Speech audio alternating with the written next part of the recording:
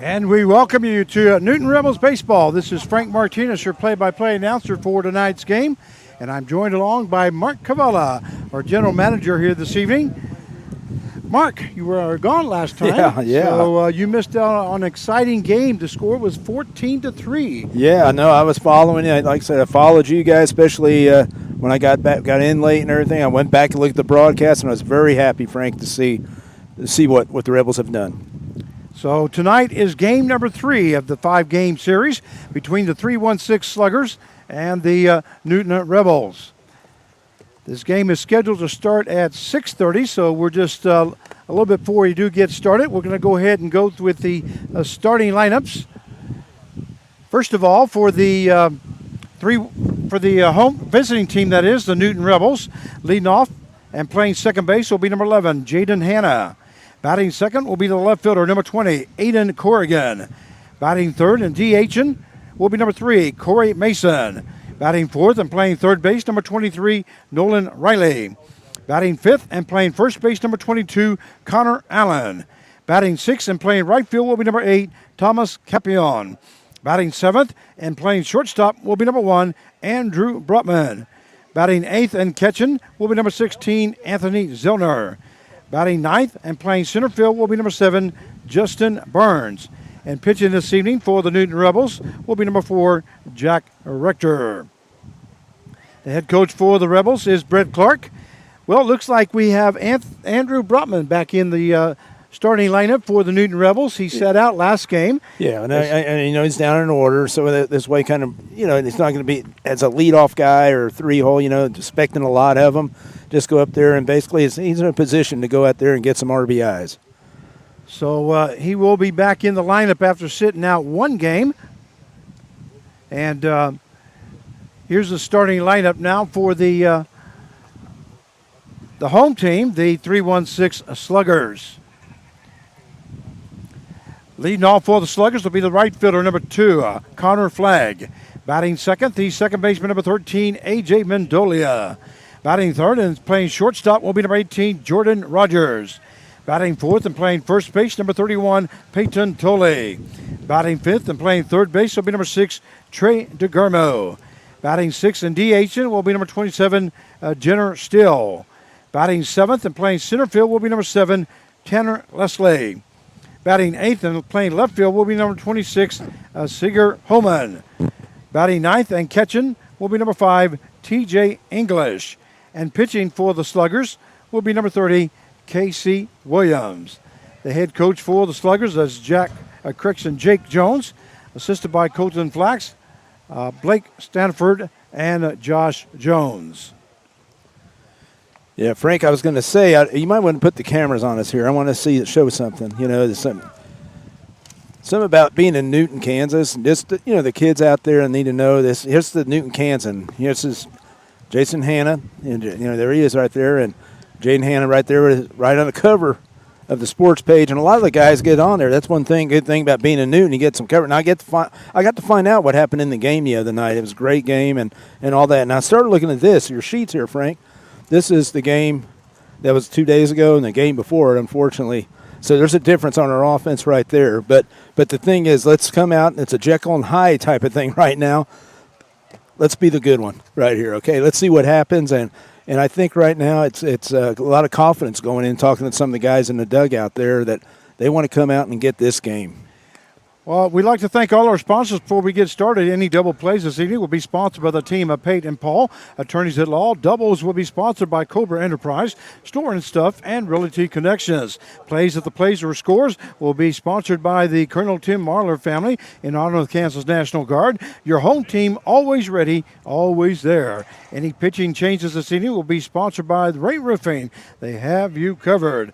Home runs this evening will be sponsored by the John Odeman family, proud friends of the Newton Rebels. And in any great plays or players of the game will be sponsored by the Carl Hodges and family. The Rebels tradition continues since the year 2000. Also, Back Alley Pizza and Curtis C's. And once again, we'd like to thank our host families. And we're about ready to get underway.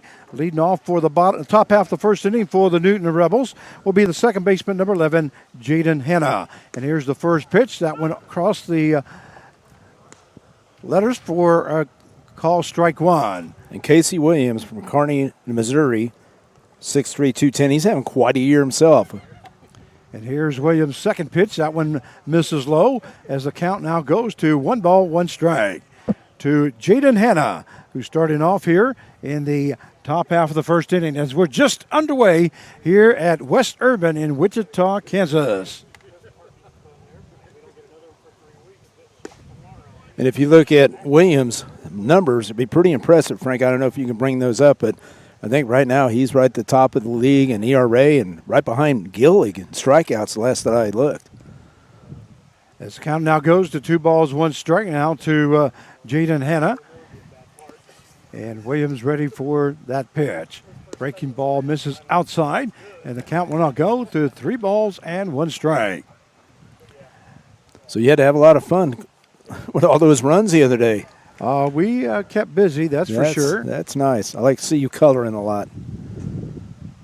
That one is outside for ball 4. So there'll be runner on at first base with no outs as Jaden Hanna reaches on a base on balls. And that will bring up the left fielder, number 20, Aiden Corrigan.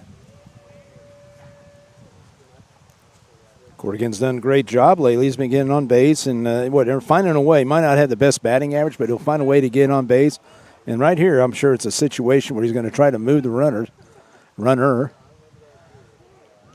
Corrigan's a 5'9", 170-pounder. There's a bunt laid down, and it will be a sacrifice bunt there by Corrigan.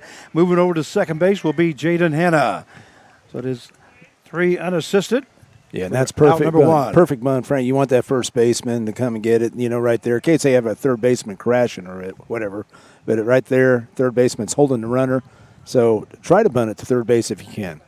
That will bring up the designated hitter, number 3, Corey Mason. With 1 down now, runner on at second base. Breaking ball. That one gets away from the catcher. Moving over to third base will be Hanna. Once again, 1 down. That one, ball 1 to Corey Mason. This is a time that they need to take advantage, especially a good team like this. Take advantage of that first inning. Get some runs on that board. Maybe get the big inning going. So now there is a runner on at third base with 1 down now here in the top half of the first inning. If you're just now joining us, we welcome you to Newton and Rebels baseball. And it's good to see Mason back in the lineup also, Frank. I know he was struggling a little with his hip or whatever, but I'm glad he's back in. One of the league's lean hitters. That one just misses outside as the count now goes to 2 balls and no strikes. I like all good pitchers, keeping the ball down, especially on his misses. Not too far away from that plate. And Casey Williams now ready to go with the 2-0 count. That one swing and a miss there by Mason as the count now goes to 2 balls and 1 strike. Beautiful evening here in Wichita, Kansas. We're sitting in the shade. Yeah, Carv. I don't know if you noticed that or not. Yeah, no, I noticed. Well, I was. We had us on the other side, and then the sun was hitting us pretty hard, so I came over to this side. That one misses outside as the count now goes to 3 balls and 1 strike. I spent many days and nights on this ball field and Love Field as a college coach. I probably spent more. As a college coach, I've been out here more than probably anybody. Breaking ball misses outside for ball 4. So Corey Mason will reach on a base on balls, and that will bring up the third baseman, number 23, Nolan Riley. We do have 1 down as Jaden Hanna is on at third base. And he reached on a walk and moved over to second and third base. Second base on the sacrifice bunt. And then the third base on that ball that got away from the catcher for the Sluggers. Already, it's like Sluggers have got a warning right there. That first pitch in there for call strike 1 to Nolan Riley, who's playing third base this evening for the Newton Rebels. Would you mind turning me up a little bit over there? Yeah. Thank you. Thank you. Right there. That one misses high as the count will now go to 1 ball and 1 strike. Here in the top half of the first inning.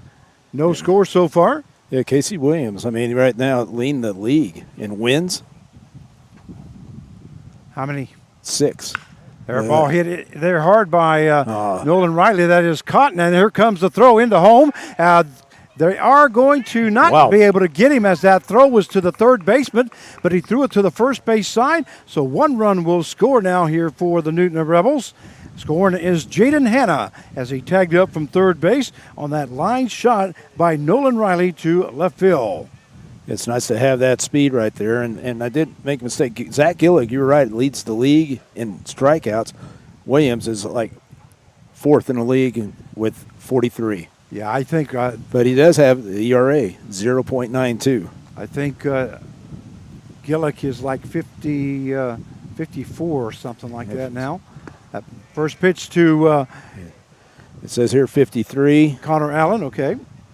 Now, Casey Williams, though, right there, 0.92 ERA going into this game. Gillick had 49, and he had 4 strikeouts in that last ball game. Right, and Gillick has a 1.29 ERA. Here's the pitch by Williams. That one hit to the shortstop. Shortstop backing up. That is Rogers. Gets under it, makes the catch for out number 3. So an F6 in the books if you're scoring at home, but not before the Newton Rebels score 1 run on no hits, no errors, and 1 left on base. At the end of 1 half inning played is the Rebels 1 and the Sluggers coming to bat. And we'll be right back.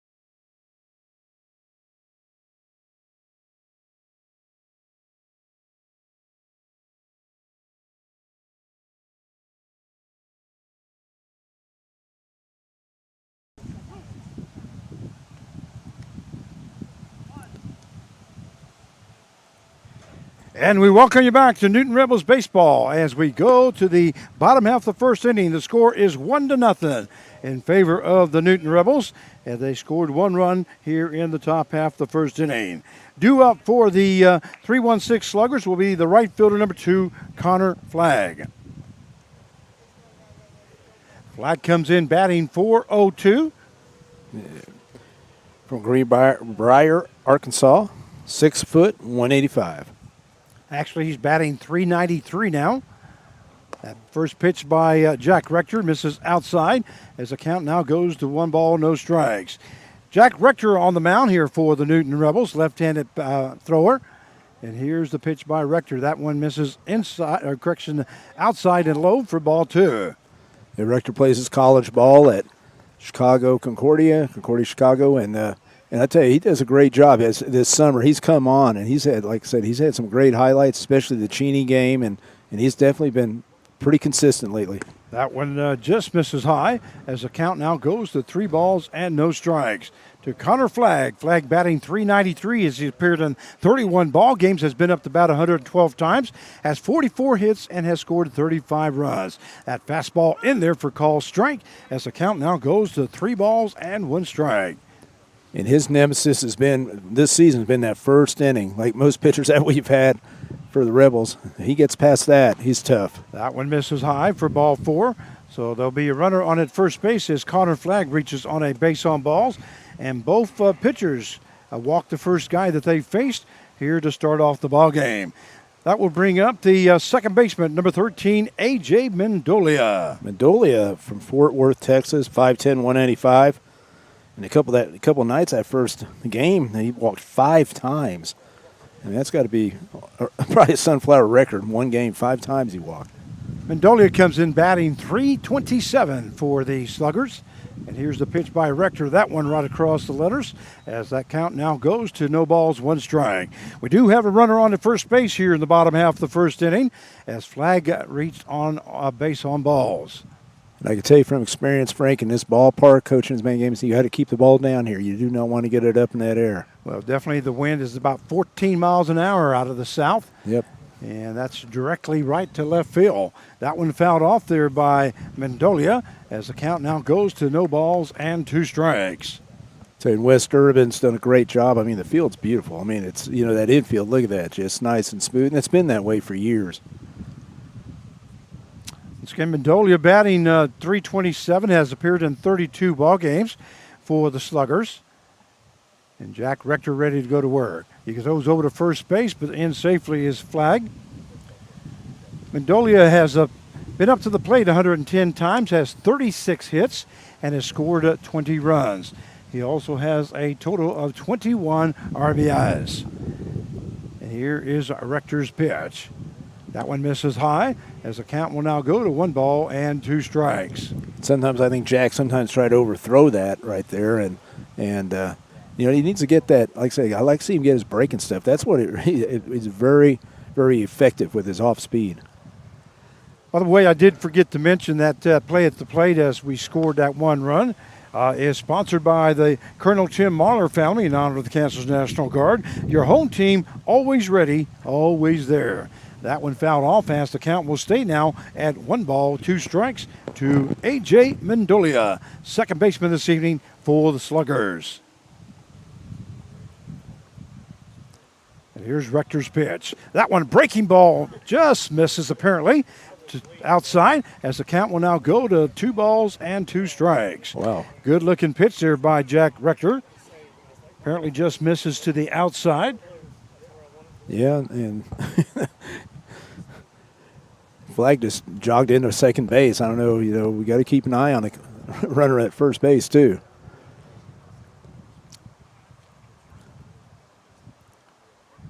And here is Rector's pitch. That one misses high. And that will take the count now to 3 balls and 2 strikes. Runner on at second base with no out. Here in the bottom half of the first. 1-0 to score in favor of Newton. It's definitely good to see Broutman out there, playing again, and it's like he's healthy enough.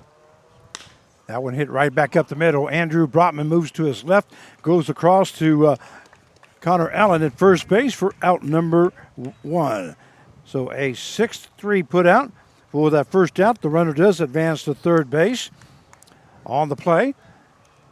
And that will bring up the shortstop, number 18, Jordan Rogers. Rogers from Robinson, Texas.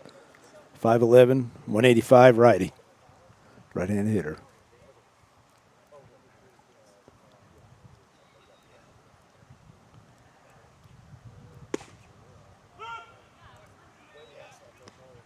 That first pitch in there called strike 1. God, it won't stay.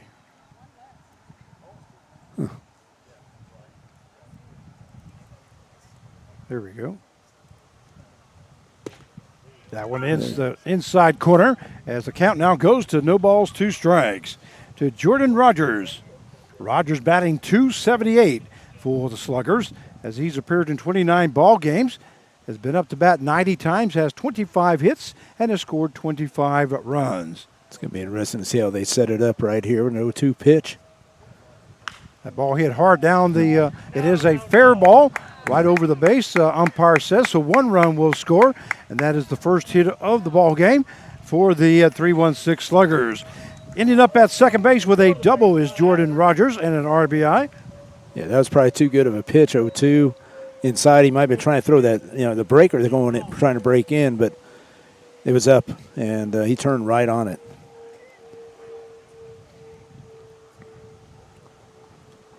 So once again, the runner on at second base now. Score tied up at 1 apiece here in the bottom half of the first inning.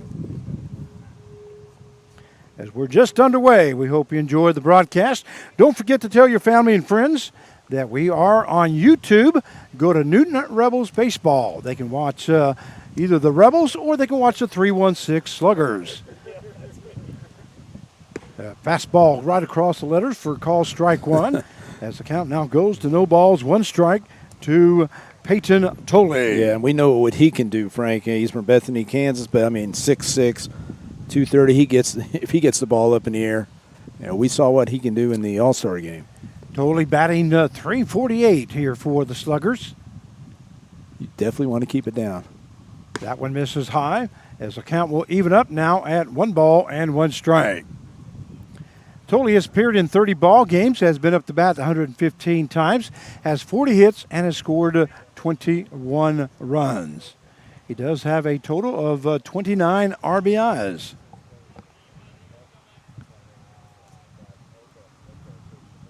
That one is fouled off there by Tolley, as the count now goes to 1 ball, 2 strikes. Yeah, I mean, right now it's just Jack's kind of laboring a little. I mean, he's not hitting his spots, getting the ball up, and then, that's a disaster right there, getting your fastball up like that. Well, both pitchers started off with walks and ended up paying for it, as both runners have scored. 1 for the Newton Rebels and 1 for the Sluggers. That ball hit hard down the first base line. That's going to be foul, as the count will stay at 1 ball and 2 strikes. One thing I like about this ballpark is the stands are all in the shade. Yeah. And that makes it very nice for the fans here. Oh, yeah, they've been working on this. We used to play our games when I was at Friends University head coach. We played our games over there at Love Field on the corner there. Love Field. And that's right in the sun. I was going to say, that's going to be right in the sun. Oh, yeah, the sun going down. And we used to put the opposing team on the third base dugout so they can watch that sun go down. So give them the best view. Huh? Yeah, that's right. Well, you got to be. And then we moved over here. That hospitality means a lot. They started fixing this field up, and it's nice. Count is 1 ball, 2 strikes, and here's the pitch now. That one misses low and outside, as that time Jack Rector came from the side instead of from over. That will even up the count now at 2-2. Yeah, I just hate to see Jack throwing so many pitches right now because, like I said, we're trying to get our starters through 5 or 6 innings. That's kind of what we're shooting for. There's the ball hit foul. As this ballpark is surrounded by ball diamonds. Right. Kids of all ages play here. And, I was just talking to Travis Downey, who's the head groundskeeper. He played for me 4 years in college.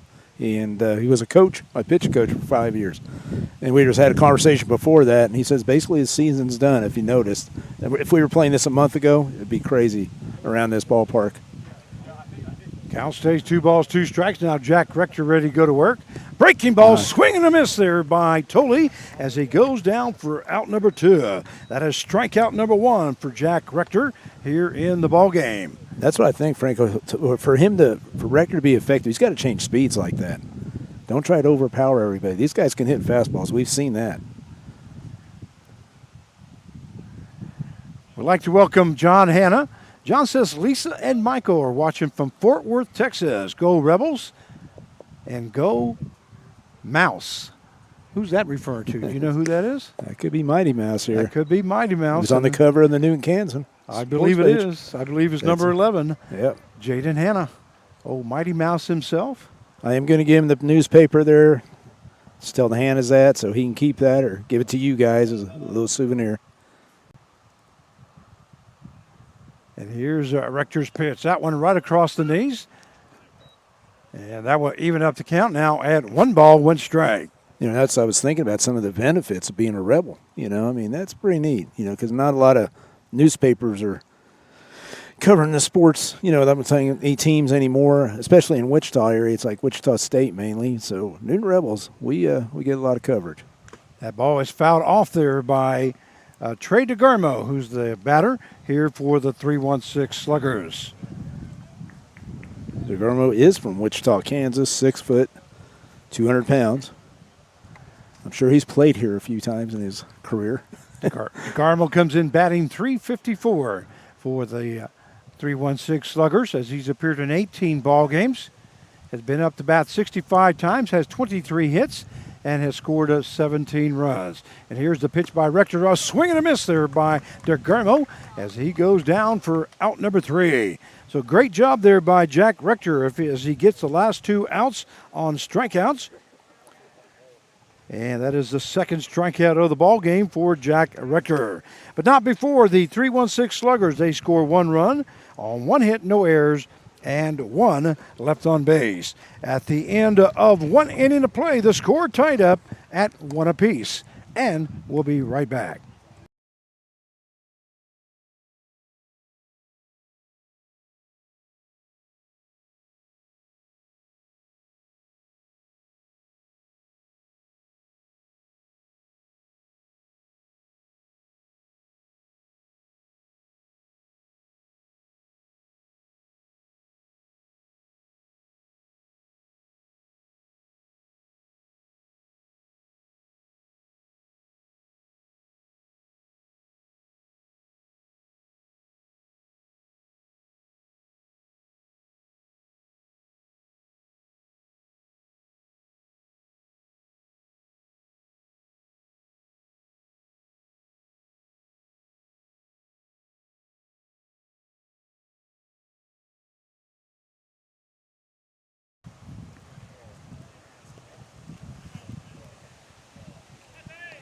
And we welcome you back to Newton Rebels Baseball as we go to the top half of the second inning. Due up here for the Newton Rebels will be the right fielder, number 8, Thomas Capion. And I just met Jack Rector's dad here. He's here from Arizona. And he wanted me to make sure that we said hi to Jack Rector, the grandpa of awesome. Jack Rector, the pitcher. Yeah, we love seeing parents out here following, especially from different parts of the country. Well, there's a hard hit ball there by Thomas Capion. That's going to go back up against the wall. And Thomas Capion rounding first base, hit it towards second. And the throw comes into second base. Capion is in with a stand-up double. That is the first hit of the ball game for the Newton Rebels. And that double was sponsored by Cobra Enterprise, Store and Stuff, and Realty Connections. Well, that was a hard hit ball there. That's what he's working on, that approach. That was in his shoebox. He definitely turned on it. It was like, Coach, I thought he was going to walk out there and talk to him, but he's just chasing the ball. Yeah, that's nice, Capion. Get that leadoff double. Didn't even get a chance to say Capion, and he put that out against the wall. That one is fouled off there by Andrew Brotman. So once again, we'd like to say hi to Jack Rector, the grandpa of Jack Rector, the pitcher, here this evening. Your grandson did real well as he struck out the last 2 batters to get out of that inning, just giving up 1 run. Andrew Brotman from Arkansas City, played in Neosho, going to Eastern Illinois. They want to know what the name of the newspaper is. You wouldn't mind telling them? There's a swing and a miss there by Brotman. And it is the Newton Kansan. And that's one thing you could always, go online. They have it online, and you can check them out. And that's why I was talking to some of the players for the game. I said, go check it out. You could always walk. They have a place right downtown Newton. Go by and get some of the papers. So, yeah, you're going to have to fix that. That one is fouled off there by Brutman. You're going to have to just move the camera until it gets away from the rope there. There you go. There you go. Good. Okay. Move it back to your right. A little bit more. We're going to have to readjust the camera here as anytime a foul ball hits, this is just the netting. And the only way we're able to get a live shot there is without getting the netting in the camera, is to go through one of the holes there. So we may have to adjust that a couple times here this evening. Yeah, no balls, 2 strikes now to Andrew Brotman here in the top half of the second inning. Started off by Thomas Capion, hitting a double. That hard hit ball there by Andrew Brotman, and there's no doubt about that one as Andrew Brotman just stands there and watches go over the fence, and that is a 2-run home run by number 1, Andrew Brotman. That is the second hit of the ball game. And it's going to be the third run of the ball game for the Newton Rebels. That home run is sponsored by John Odeman Family, proud friends of the Newton Rebels. A great hit there by Andrew Brotman. There was no doubt about that one, was there, Carp? No, and I talked to Coach Jones before the game. We had a conversation because tomorrow we had a doubleheader to let everybody know. But we were talking about it, and he started saying, one thing I'm afraid about your guys' hitters is you guys hit it out of this park. And right there, this showed you get that ball up there, as good a pitcher as Williams is, the top pitcher in the league, and that's what happens. That would bring up the catcher number 16, Anthony Zellner. Breaking ball in there for call strike one, as their bases are cleared now. And you definitely, against Brotman, you don't want to get a fastball up like that. No, Brotman will put it out of the ballpark, that's for sure. And here's the pitch by Williamson. The fastball misses outside, and that will even up the count now at 1 ball, 1 strike. And that's what's kind of cool. We got the number 1 and 2 in the All-Star game, the home run contest right here. Brotman finished runner-up. Breaking ball misses outside, as the count will now go to 2 balls, 1 strike. Well, that hard hit ball there by Andrew Brotman was no doubt about it, and it's a good thing he didn't have to run the bases that time because he's coming out for a groin injury. He stood there and just watched it go over, like I say, but there was no doubt about it, and the count is now 3 balls and 1 strike. 3-1 is the score in favor of the Newton Rebels.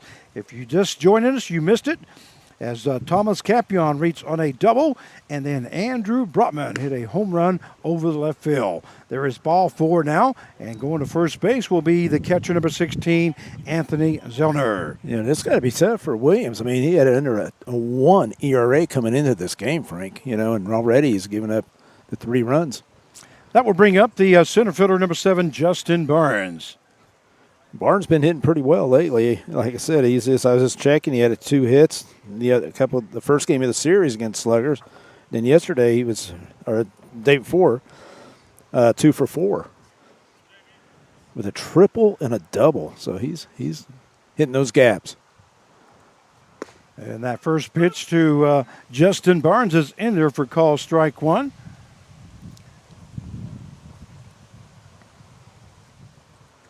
Barnes comes in batting .338 here for the Newton Rebels, as he's appeared in 21 ball games. He lays down a bunt. Beautiful bunt there by Barnes. A good job there by the catcher, though, as he hustled out there in front of home plate.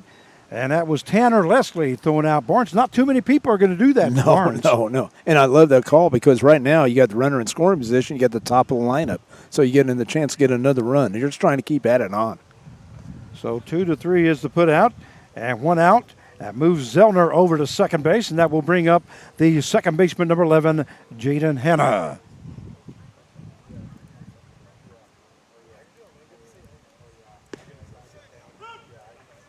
First pitch is in there for call strike 1. Yeah, it's just a little up to that curve. I mean, I always tell guys to lay off the curves early in the count, except when they're hanging, and that was kind of hanging a little.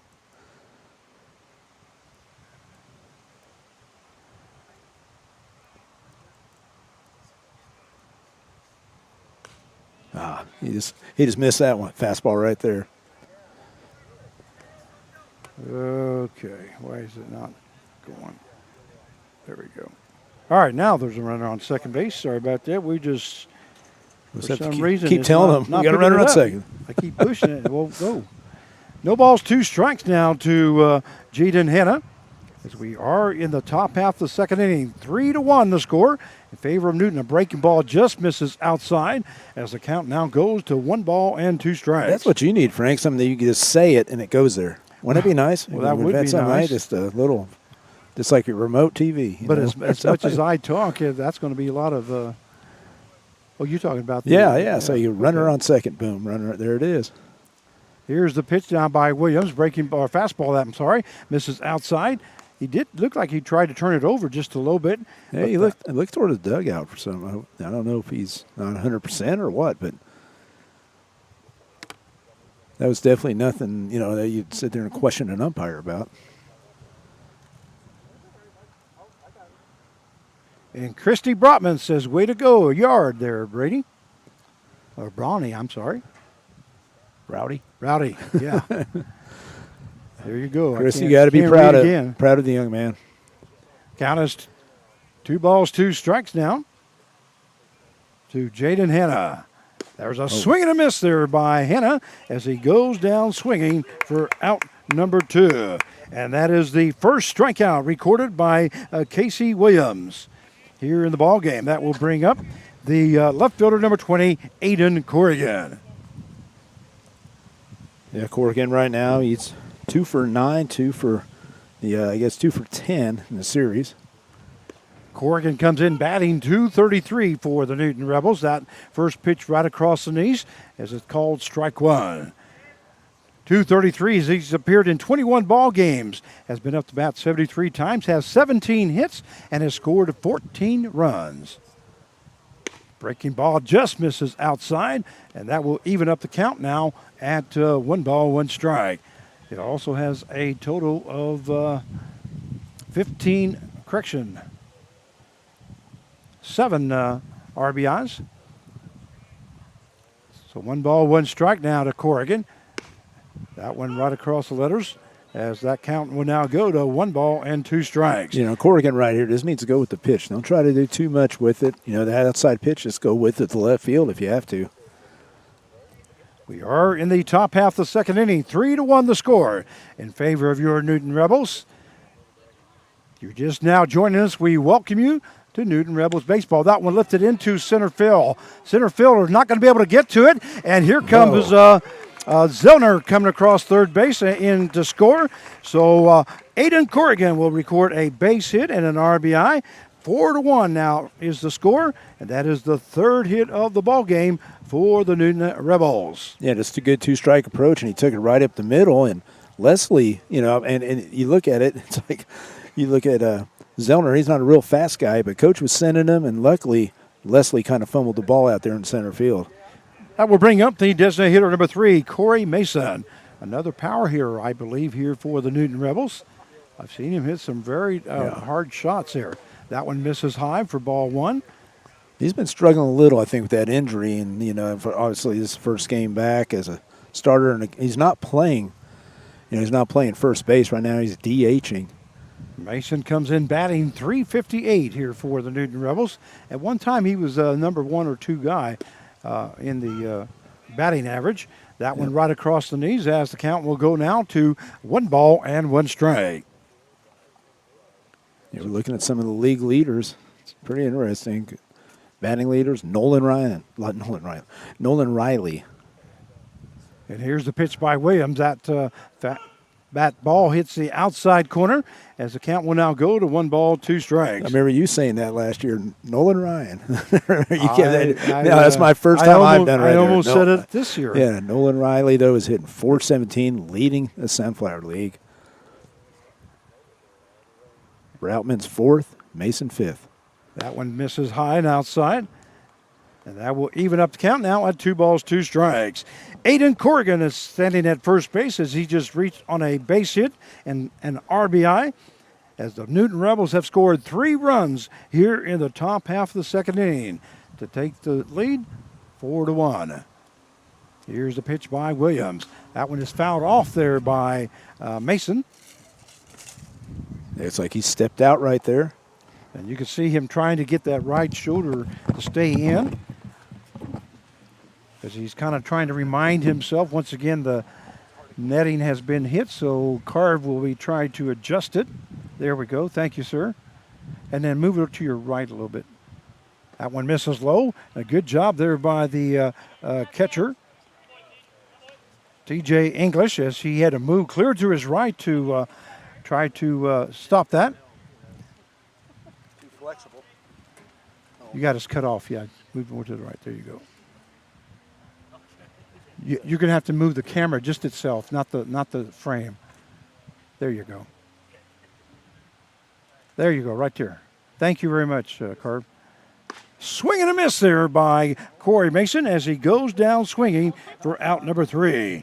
And that is the second strikeout recorded by Casey Williams here in the city and also in the ball game.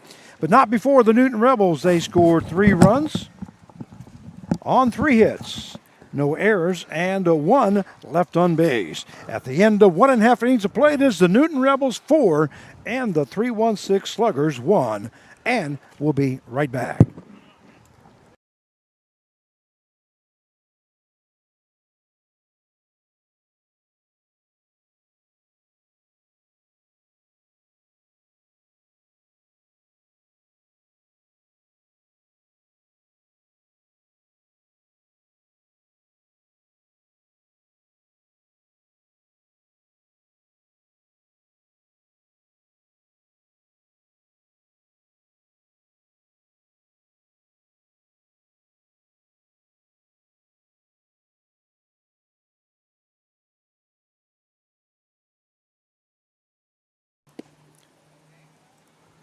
And we welcome you back to Newton Rebels Baseball. This is Frank Martinez, your play-by-play announcer for tonight's game.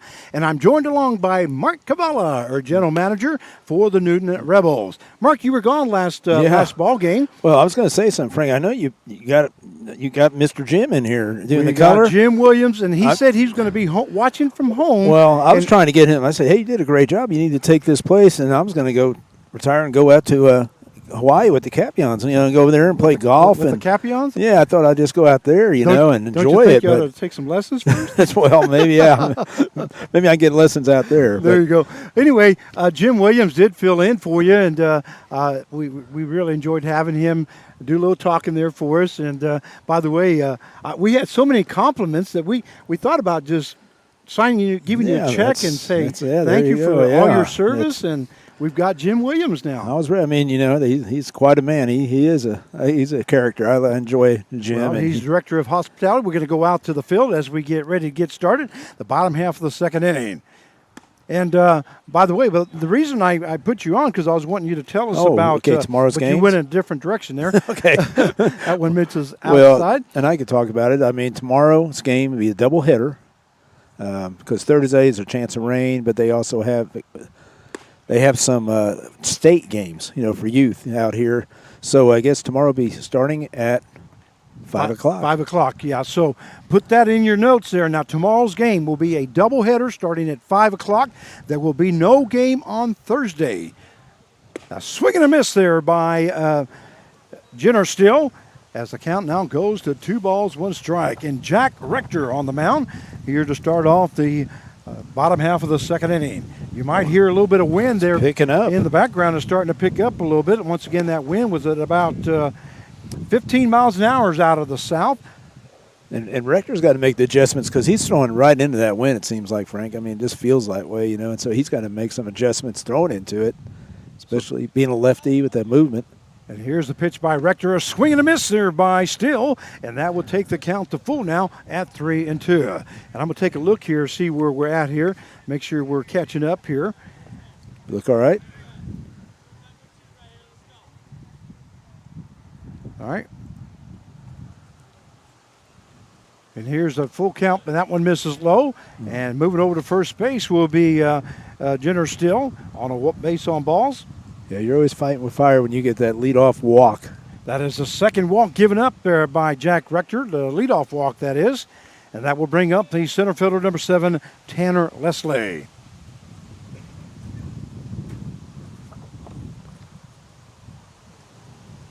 Tanner Leslie from Hayesville, Kansas, 6'2", 180. Leslie comes in batting .389 for the Sluggers. Here's the pitch by Rector. That one misses outside as the count will now go to 1 ball and no strikes.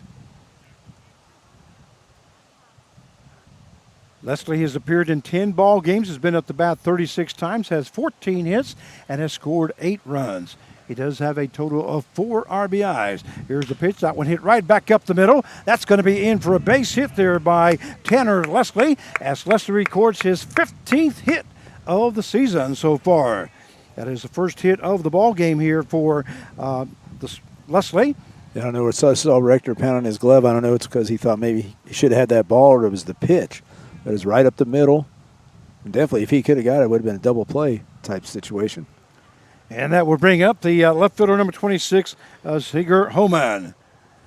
Homan, a left-handed batter against the left-handed thrower, Jack Rector. Another young man from Wichita, Kansas, Holman, 6'3", 180. And he squares around a bunt. That one misses high by Rector as the count now goes to 1 ball, no strikes. He's definitely one guy I've been I think, very impressed with. The other day, he walked 3 times, went 2 for 2. The first game of the game of our series, where they won 14-3. Yep. And here's the pitch. So he squares around the bunt. That one is laid down the third base line, and it's a good thing that was away from Nolan Riley because that was a line shot to the third base side. And the count will now go to 1 ball, 1 strike. Then the second game, he was 1 for 2, but he walked twice and got hit with the pitch. So he knows how to get on base. So Holman comes in batting .393 as he's appeared in 13 ball games, has been up to bat 28 times, has 11 hits, and has scored 5 runs. And here's the pitch by Rector. That one also laid down to bunt, and a great effort there by Nolan Riley, but he did touch it in play, so it will be a fair ball. And the bases will be loaded now as he dove for that ball, but was not able to get to it. That would have been a great play if he could have held on to that. You know, that might have been a double play too. And that will be a base hit. And that is the second hit of the inning, and the third hit of the ball game for the Sluggers. That will bring up the catcher number 5, T.J. English. With bases loaded now and no out. T.J. English from Colorado Springs, Colorado, 6'1", 180. Here in the bottom half of the second inning. First pitch there by Rector. Misses high for ball 1. English comes in batting .182 as he's appeared in 4 ball games, has been up to bat 11 times, has 2 hits, and has scored no runs yet. And it's one word we've used a lot. We got to minimize right here. I mean, if we can get just 1 run, I mean, it'd be great you get 0, Frank, but in reality of it, you know, these guys are pretty good hitters. If you can get 1 run out of this, because there's no outs, bases loaded. We have Steele on at third base, Leslie on at second, and English on at first. That breaking ball just misses as the count will now go to 2 balls and no strikes. Would you mind turning me up some more? I cannot hear nothing. Thank you. There you go. Thank you. Hard hit ball to the shortstop, Brotman. Brotman goes to second base and then over to first. Fake throw to first. The 1 run does score as Steele scores from third base. Moving over to third base is Leslie. Yeah, that was and smart we have a play. 6-4 put out at second base for out number 1. So English is on with a fielder's choice. That was a smart play by Hannah there. I was going to say, you know, because you see a lot of guys just throw and they have no chance right there. Sometimes you get that guy rounding third base and you can just fake throw and then flip it right over to third base, and Riley was ready for it if he did do that. That would bring up the right fielder, number 2, Connor Flagg. First pitch misses for ball 1. Flagg reached on a base on balls his first time and scored a run as Jordan Rogers hit a double and got the RBI in that bottom half of the first inning. 4-2 now the score. There's a hard hit ball up the middle. That's going to be in for a base hit as Hannah dove for that up the middle, but was not able to get to it.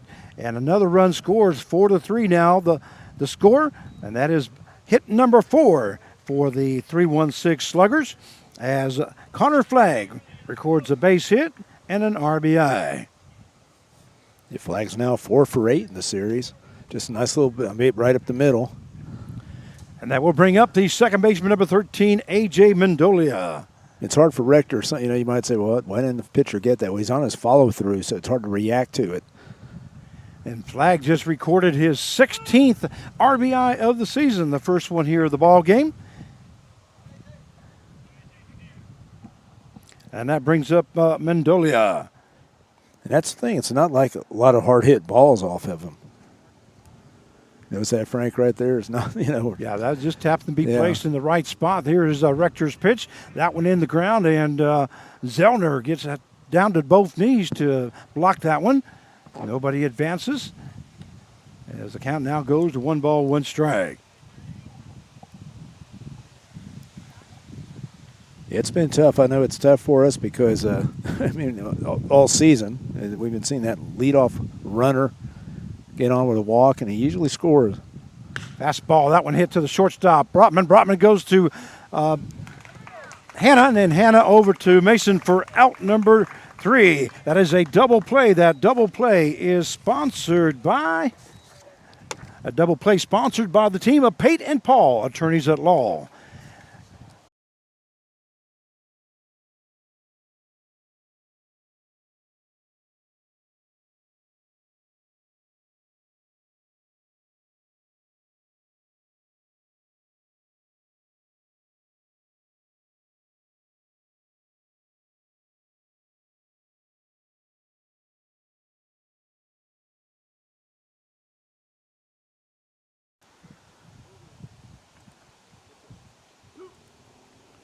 And we welcome you back to Newton Rebels baseball as we go to the top half of the third inning.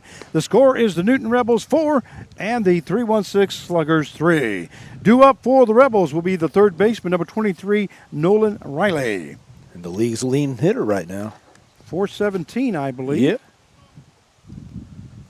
He's got on definitely hot streak. That is 417. He's appeared in 24 ball games, has been up to bat 84 times, has 35 hits, has scored 15 runs, and has a total of 18 RBIs.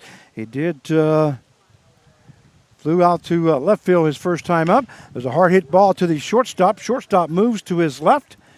Over to first base, and a nice dig there by the first baseman. That's Tolley.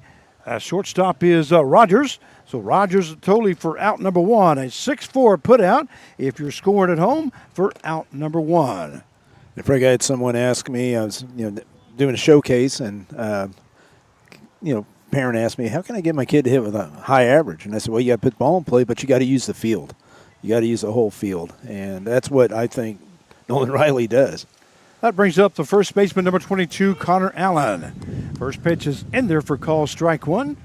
And Casey Williams here in the third inning of work here for the Sluggers. And here's the pitch. Breaking ball, that one lifted to left field. Left fielder coming in hard now. And he dives for that. And he makes the catch, it looks like, out in left field. That was Sager Homan. I wasn't sure if the shortstop was going to get that at first. It looked like he was backing up, and then all of a sudden the left fielder knew that he was going to have to hustle to get to that one, and he did make the catch in short left field. Yeah, that's kind of like right no man's land or the Bermuda Triangle right in between, and Holman had to go a long way to get that because he was playing more to pull him right there. That will bring up the right fielder, number 8, Thomas Capion. Capion lets that to shortstop on a one bouncer now, and that goes to first base for out number 3. Once again, that is Rogers to Tolley for the third out. A 6-4 put out. And the top half of the third inning for the Newton Rebels, they scored no runs on no hits, no errors, and nobody left on base. At the end of 2.5 innings of play, it is the Newton Rebels 4 and the 316 Sluggers 3. Got something to say? Well, I was just going to say that was on 4 pitches. So you're helping out the pitcher right there, and it's, like I said, right. He had a tough first inning or so in his first couple innings. So don't help him out, make him work a little more because he's like the league's top pitcher. The ERA and everything, but I just think a little more patience from the Rebel hitters. Well, that's definitely what you want to do. You want to work them hard, especially like you said, the first 2 innings he threw a lot of pitches. And but that's just the way it goes. Yeah. We're going to go to the bottom half of the third inning. We're going to go ahead and keep it here. Once again, we'd like to thank our sponsors. Double Play, sponsored by the team of Peyton Paul. Attorneys at Law, double sponsored by Cobra Enterprise, Store and Stuff, and Realty Connections. Plays the Plate are sponsored by the Colonel Tim Mahler family in honor of the Kansas National Guard. Your home team, always ready, always there. Pitching changes this evening will be sponsored by Ray Roofing. They have you covered. Home runs, which we've had one here tonight by Andrew Brotman, is sponsored by the John Odeman family, proud friends of the Newton Rebels. Great plays at on the field or also player of the game is sponsored by the Coral Hodges and family. The Rebels tradition continues since the year 2000. Also like to thank Back Alley Pizza, Curtis C's, and all our host families. We couldn't do it without the host families. Once again, we thank you very much for all you do. As we go to the bottom half of the third inning, due up for the Sluggers will be the shortstop, number 18, Jordan Rogers. Rogers reached on a double his first time up and has an RBI here in the ball game. Swing and a miss there by Rogers as the count now goes to no balls and 1 strike. I was just looking up the stats too. On how good that Casey Williams has been. The most runs he's given up is 2 runs. That one breaking just inside, and that will even up the count now at 1-1. And that was against the Twins. They won 5-4, and he gave up 2 earned runs. Everything else been 0-0, 1-1 run. So he's had quite a season. Fastball hits that inside corner as the count now goes to 1 ball, 2 strikes. Great pitch there by Jack Rector as he directed that one right at that inside corner and hit it. Here's a pitch by Rector. That one lifted into left field. That's going to fall in for a base hit in front of the left fielder for the Newton Rebels. That is Corrigan. And that's the wrong scorecard. We got a lot of papers up here, don't we? Yeah, Rogers records his second hit of the ball game.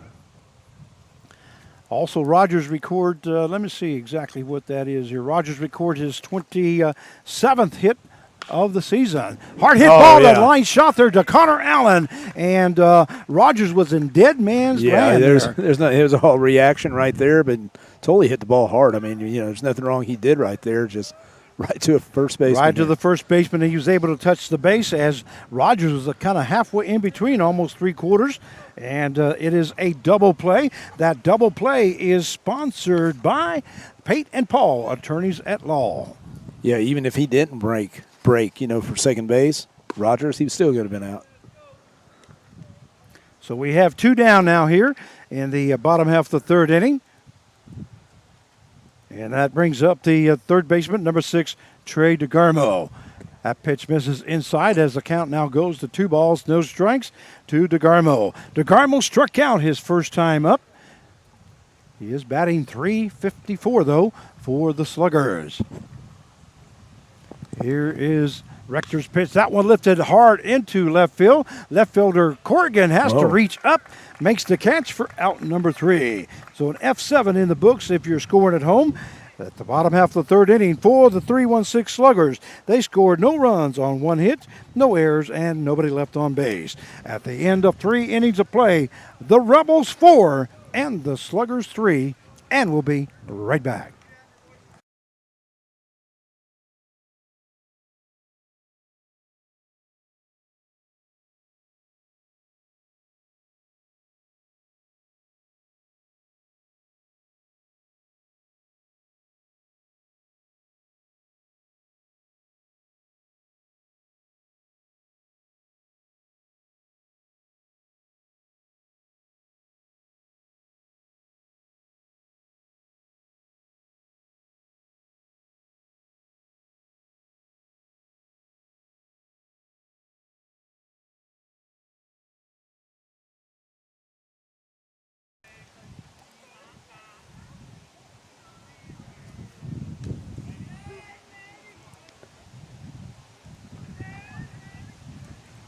And we welcome you back to Newton Rebels Baseball as we go to the top half of the fourth inning. 4-3 is the score.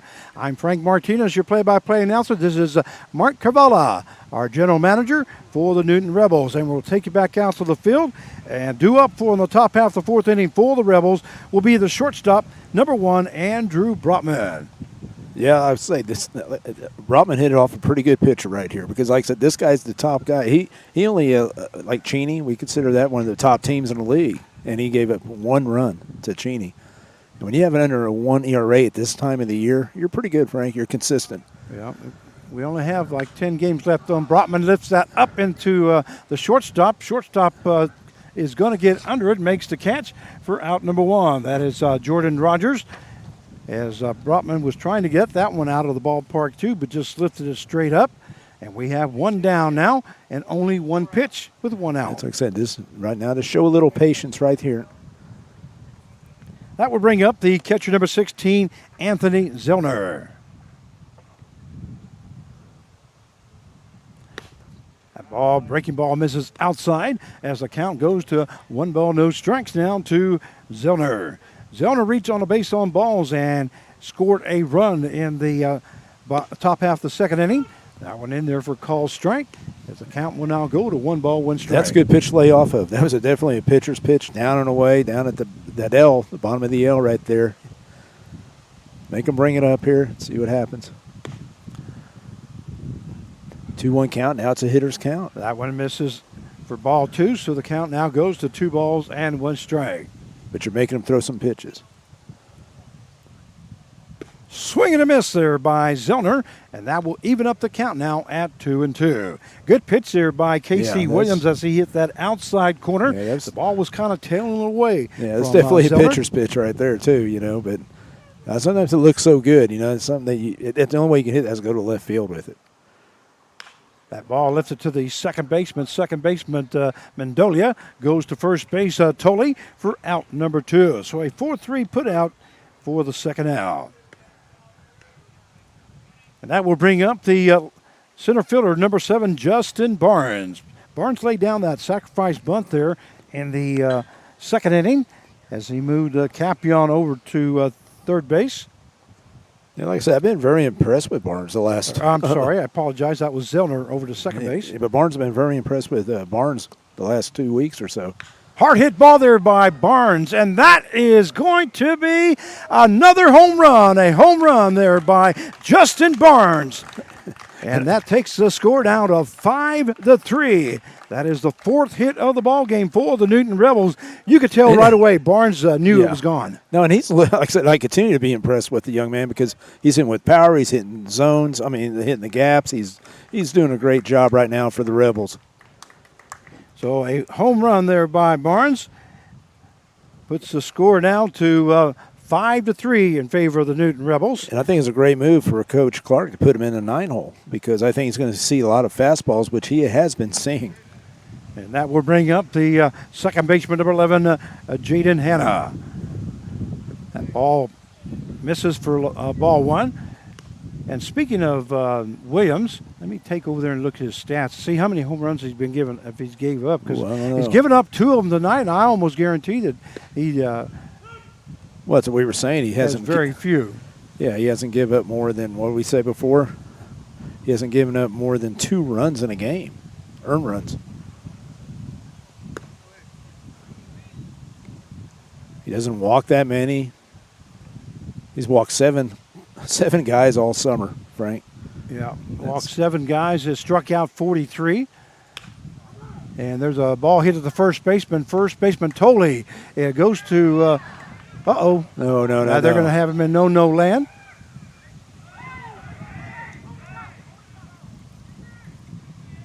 Oh, yeah! Wow! He jumped over. The first baseman grabbed the ball and threw it to the pitcher who was covering, but he threw it back behind him. And a good thing that the catcher was backing that throw. That is T.J. English. And you saw Hanna round first base, and he was kind of wasn't sure who was going to get there first with T.J. English and also Hanna. And Hanna beat him back to the well, Hanna's athleticism got him there, but, I mean, that's one thing you listen to your first base coach. He's run through, because there's a reason that – and you got to watch and look at that. I mean, that's great hustle by the catcher. So Hanna will be on at first base, and that is going to be a base hit there, well placed. And there's a hard hit ball there by Aiden Corrigan. That's going to be down the line. That's going to be in for base hit. Hanna moving to third base. Corrigan goes to second base with a double, and Corrigan is in with his second hit of the ball game. And I noticed that I was just watching I always look at the defensive alignment, and I saw where Flagg was playing, kind of more right center. So if he hits anything down that line, it's going to be a double. And he pulled it and did a great job. That double is sponsored by Copra Enterprise, Store and Stuff, and Realty Connections. So good hit there by Aiden Corrigan as he now has recorded 2 hits here in the ballgame. That will bring up the designated hitter number 3, Corey Mason. A swing and a miss there by Mason as that one was down low around the ankles, but he seemed to like that one, just happened to miss it. Yeah, that's, like I said, that's one of those you want to lay off of. That's that pitcher's pitch. Breaking ball in there for call strike. Good pitch there by K.C. Williams. There is 2 down here now in the top half of the 4th inning. As the Newton Rebels have scored 1 run. This one, the two-strike approach. Breaking ball, tried to break ball, and it just looked like it just hung out there as the count now goes to 1 ball, 2 strikes. So now we have Corrigan on at second base and Hanna on at third base with 2 down. Ducks on the pond here for Mason. Here's the pitch. Breaking ball just hits that outside corner, and that is strike 3 for out number 3. That is the second strikeout recorded there by Mason here in the ball game, and that is the 3rd strikeout recorded by K.C. Williams. So the top half of the 4th inning for the Newton Rebels, they score 1 run on that home run by Justin Barnes. They did have 3 hits in the inning, no errors, and 2 left on base. At the end of 3.5 innings of play, it is the Newton Rebels 5 and the 316 Sluggers 3. and we'll be right back.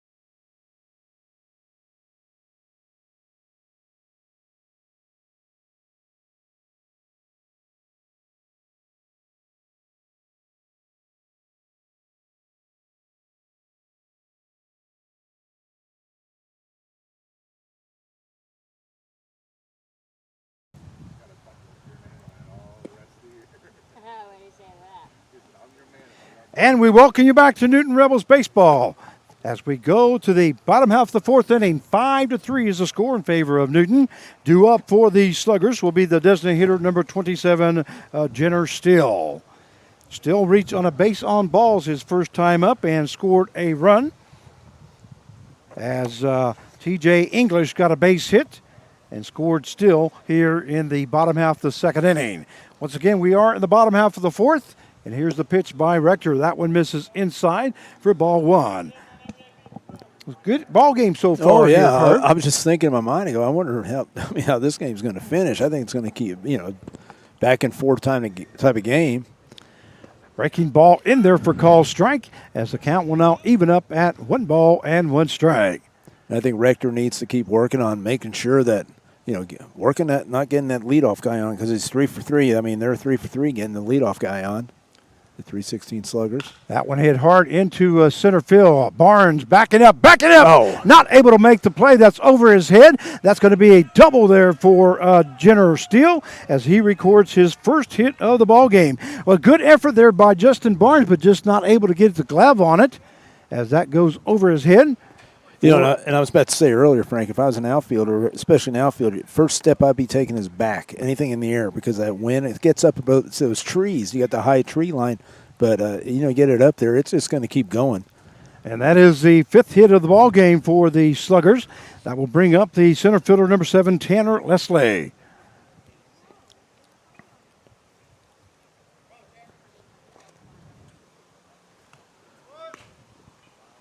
Ball. Bunt attempt, wasn't it? Foul. Yeah, Okay. foul. Sorry about that. I had my head down over here trying to get some batting averages. And there we go. That's what happens when you got slow internet. Yeah. All right. That base hit, that double there by Steele. Trying to look that up. That is his first hit of the season for Steele, as he's only appeared in one ball game. That was a swing and a miss there by Leslie. This game reminds me, this is the games that we're used to. We're used to the Sunflower games, battles against everybody in the league. It's always been this kind of game, and it's good to see. It's you got to remember one thing: we're the last team in the league, and we're playing against one of the top two teams in the league. That one is fouled off there by Leslie. So the Newton Rebels are playing really good ball here. Yeah, no, they've been playing well. They had that little blip or 14-3. Yep. Yeah, the 14-3 thing, whatever, glitch, whatever you want to call it. But the thing is, they're battling right now, and the kids aren't giving up. And that's one thing we said 2 or 3 weeks ago. We're not going to give up. And well, if you remember that 14-3 ball game, though, we had 8 walks in the first inning. That ball lifted to the right-hand side. Corey Allen gets under it and makes the catch for out number 1. Big out. So we have one down now with the runner on at second base. And that will bring up the left fielder, number 26, Singer Homan. It's a situation where you look at it and you go, with pitching, obviously you look at Williams, he's given up 7 walks all year. And it's just, so your guys are going to stay in the game. That's what pitching sets a tone. But you can't be down 5-0 after the first inning, 6-0. You can't continuously do that. And we've learned about battle back all summer. Well, here's the pitch there by Rector. That one hit to the first base side. Corey Mason, that's going to go foul as he touches it on the foul territory. as the count now goes to no balls, one strike. To Sager Holman, he started off with a base hit in the second inning and hit into a 6-4 play to get the first out as he was forced out at second base. And one thing I talked to the team, I talked to especially the pitchers, I said, hey, we can't change it. We can't go back on time and change all that, but we can get better as we've gone. And I think we have. I think we really have found the guys that really want to be here and play hard. That ball lifted foul along the third base dugout. And now count now goes to no balls, two strikes. Once again, we have Jenner still on at second base here in the bottom half of the fourth inning. The score is 5-3 in favor of your Newton Rebels. We'd like to welcome you to the broadcast if you're joining us. And if you are a Sluggers fan and you're watching us, we welcome you also to the broadcast. We hope you enjoy it. Don't forget to tell your family and friends that you can catch us on YouTube on Newton Rebels channel. Fastball there by Rector, misses high as the count now goes to 1 ball and 2 strikes. And what I love about YouTube is you can go and watch this anytime. Yeah, anytime. You know? Like I did last night. I got to go, got back, got to watch, got back to the room, whatever. So the count is 1 ball, 2 strikes now. Now fastball misses low as that will even up the count now at 2-2. To Homan. Got to see Mr. Jim doing his thing, with you, Frank, and I was going to crack out of you guys. Was you? Yeah, no, I was. Well, we had a couple of people that were saying, "Boy, you guys are being brutal on Carv. He's not even there to protect himself." And you know as well as we do that we were just teasing. Oh, well, I know. We meant nothing by it. Well, it's like when Jake and I did the game, we were teasing about Frank. Said, "Hey, what would Frank do here?" We were having a good time and all that, and the only thing I didn't get out of Jake, and that is a swing and a miss. No, I know it. I kept telling him. I said, start doing some Frankisms. We call them Frankisms. There you go. That count is 2 balls, 2 strikes now. And you know what he said? Yeah. There's only one Frank. So well, we all have our own style, that's for sure. That's a hard hit ball into left center field. That's going to be in for a base hit there by Holman. He will be heading to second base, and coming in to score from second base is Jenner Steele, and that takes the score now to 5-4. That is the 6th hit of the ball game for the Sluggers. Second hit of the ball game for Holman, and that 1 RBI. And that will bring up the catcher number 5, T.J. English. Yeah, Holman just continuously, he's been a thorn in our side right here. Like I said, the first game he was on 5 times, walks and hits, and then he was on 1, 2, 3, 4 times the last game, and then this time he's been on, I believe, twice. Frank. He's been on twice. Yep. So my gosh, we only got him out once. That is Holman's first double of the year. There's a fastball. Great job there by Zellner as he had a reach clear to his right there to make that stop as the count now goes to 1 ball, no strike. Oh. I was going to say Holman, that was his first double of the season. Wow. But that was his 4th RBI for the season. And he goes, and I saw the games when I was there the other night, and he was left field right in that gap, just like he did there. That one in there for call strike, and that will even up the count now at 1 ball, 1 strike to T.J. English, who reached on a fielder's choice and did score an RBI there in the second inning. 5-4 now to score. We do have 1 down. Here's the pitch by Rector. That one misses low as the count now goes to 2 balls and 1 strike. And it's funny because I talked to Zach Gillig. Remember when he started the game against Andale? And I said, what'd you think about that start? He goes, well, it's the tough time when you go second time through the lineup. And that's the thing every pitcher's got to realize. You go through the second time, they see you more, you throw more pitches, they know what you have.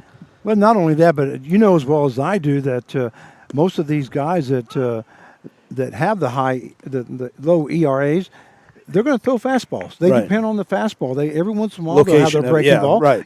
But their location, exactly. Yeah. That's exactly what I'm talking about. Well, in that ball game, they seem to just be waiting for that fastball on Gillick, and they start hitting him. The same thing with the other night. Good teams will do that. That one misses high for ball 3, so the count will go full now at 3-2. Because they know you're going to throw it. They know That's you know right. you're going to, and that's a smart And hitters. then if you happen to make a mistake and get the ball up a little bit, they're sitting there waiting for that Right. fastball. So that's exactly what the Sluggers did on Gillick the other night. Even though he struck out 4 Sluggers, that ball hit into left center field. That's going to be in for another base here. Here comes Holman to home, and a throw into home, not going to be in time. And in with a single is English, as he does move to second base on the throw. So a base hit now, and another RBI for English, as that is his second RBI of the ball game. And that takes the score now to 5 apiece, and that is the 7th hit of the ball game for the Sluggers. It's like pitching coach Mike Mandarino is going to have a little visit. Like I said, we can't see the bullpen. I don't know if you can see anything, Frank, but can't see anybody over there. But we'll see what's going on. I'm not sure if they got anybody warmed up. Well, English has recorded now his 3rd hit of the season, and that was his first RBI of the season for T.J. English. Well, Coach Jones says he does play a lot of guys. He'll play the main nucleus of guys, and then he'll play some other guys, and they kind of alternate in. So that's probably one reason. He's probably one of the guys that, it's his opportunity, and he's definitely doing a good job right now. So the score all tied up now at 5 apiece here in the bottom half of the 4th inning, as the Sluggers have scored 2 runs on 3 hits so far here in the bottom half of the 3rd. We do have one down with a runner on at second base, and due up now for the Sluggers will be the right fielder, number 2, Connor Flagg.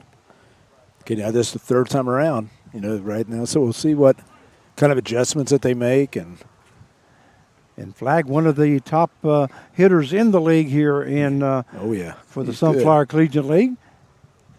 That ball hit hard to the second baseman, Hanna. Gets it on a couple second bounce there and goes to first base. But moving over to third base is English. So that is a 4-3 put out for the second out, if you're scoring at home with us. And that will bring up the second baseman, number 13, A.J. Mendolia. And like I said, I like that. I mean, this because he made it out, but I'm saying it's a productive out. He moved the runner to third base, and anything can happen. Pass ball, wild pitch, anything like that. Little base hit. Here's Rector's pitch. That one lifted into right field. Going back is Capion, not going to be able to get to it, as that's going to go up against the wall. Justin Barnes picks it up, and there's another double by the Sluggers, and another base hit, another RBI for Mendolia. It looks like they're hitting those fastballs like you were saying. They're just kind of waiting. They're kind of up, and they're going for it. Well, here comes Coach Clark. Yeah, that's going to be it for Jack Rector here in the ball game. Once again, Mendolia reaches on a double and an RBI, and that is the 4th hit of the ball game. That is the 3rd double in this inning against Jack Rector. They hit the ball hard, but he really pitched a good game here for the Rebels. Yeah, and I think that first inning, he threw a lot of pitches, and I think that took a lot out of him. And then this is a good inning team. That's why where they're one of the top teams in the league for a reason. So 6-5 is the score here in the bottom half of the 4th inning. And looks like we're going to have a new pitcher. Will be, I believe, number 35. If that's the case, that should be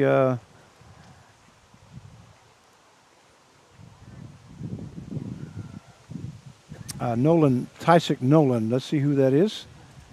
Yeah, he looked pretty good. Yeah, it is 35.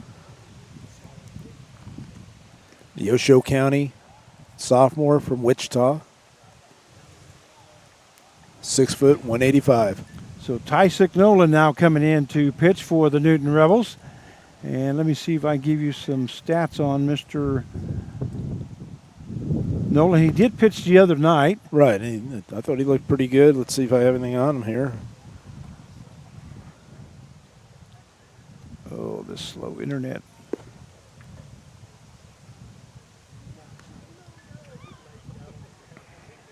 Okay, Nolan has appeared in 2 ball games, has pitched 4 innings, has given up 6 hits, 3 runs, 3 earned runs, 2 base on balls, 2 strikeouts, and he has given up 1 double. He does come in with a 6.75 ERA. And the first batter he will be facing will be the shortstop, number 18, Jordan Rogers.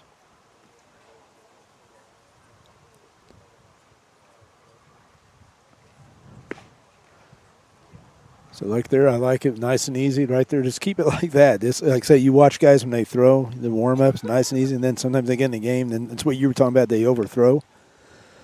So we do have 2 down now here in the bottom half of the 4th inning, but 3 runs have scored here for the Sluggers as they have taken a 6-5 lead.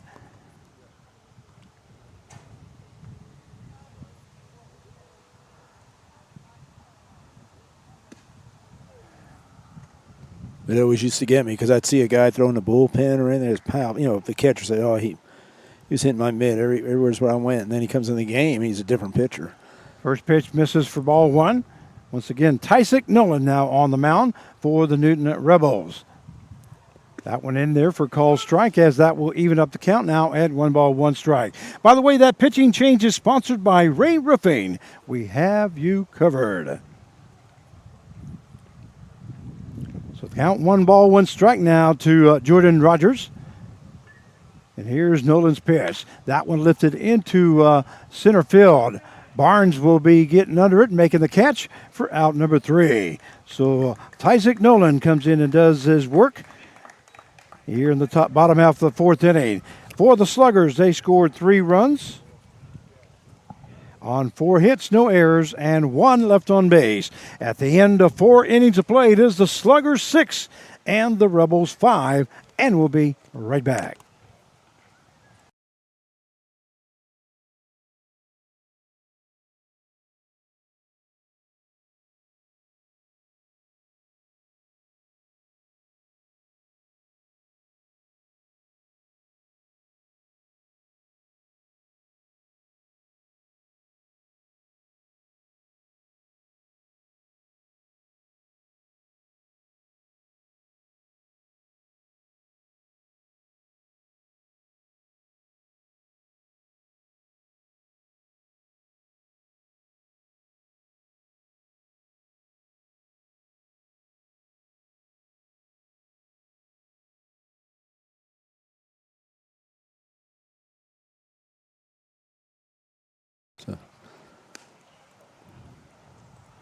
And we welcome you back to Newton Rebels Baseball as we go to the top half of the 5th inning.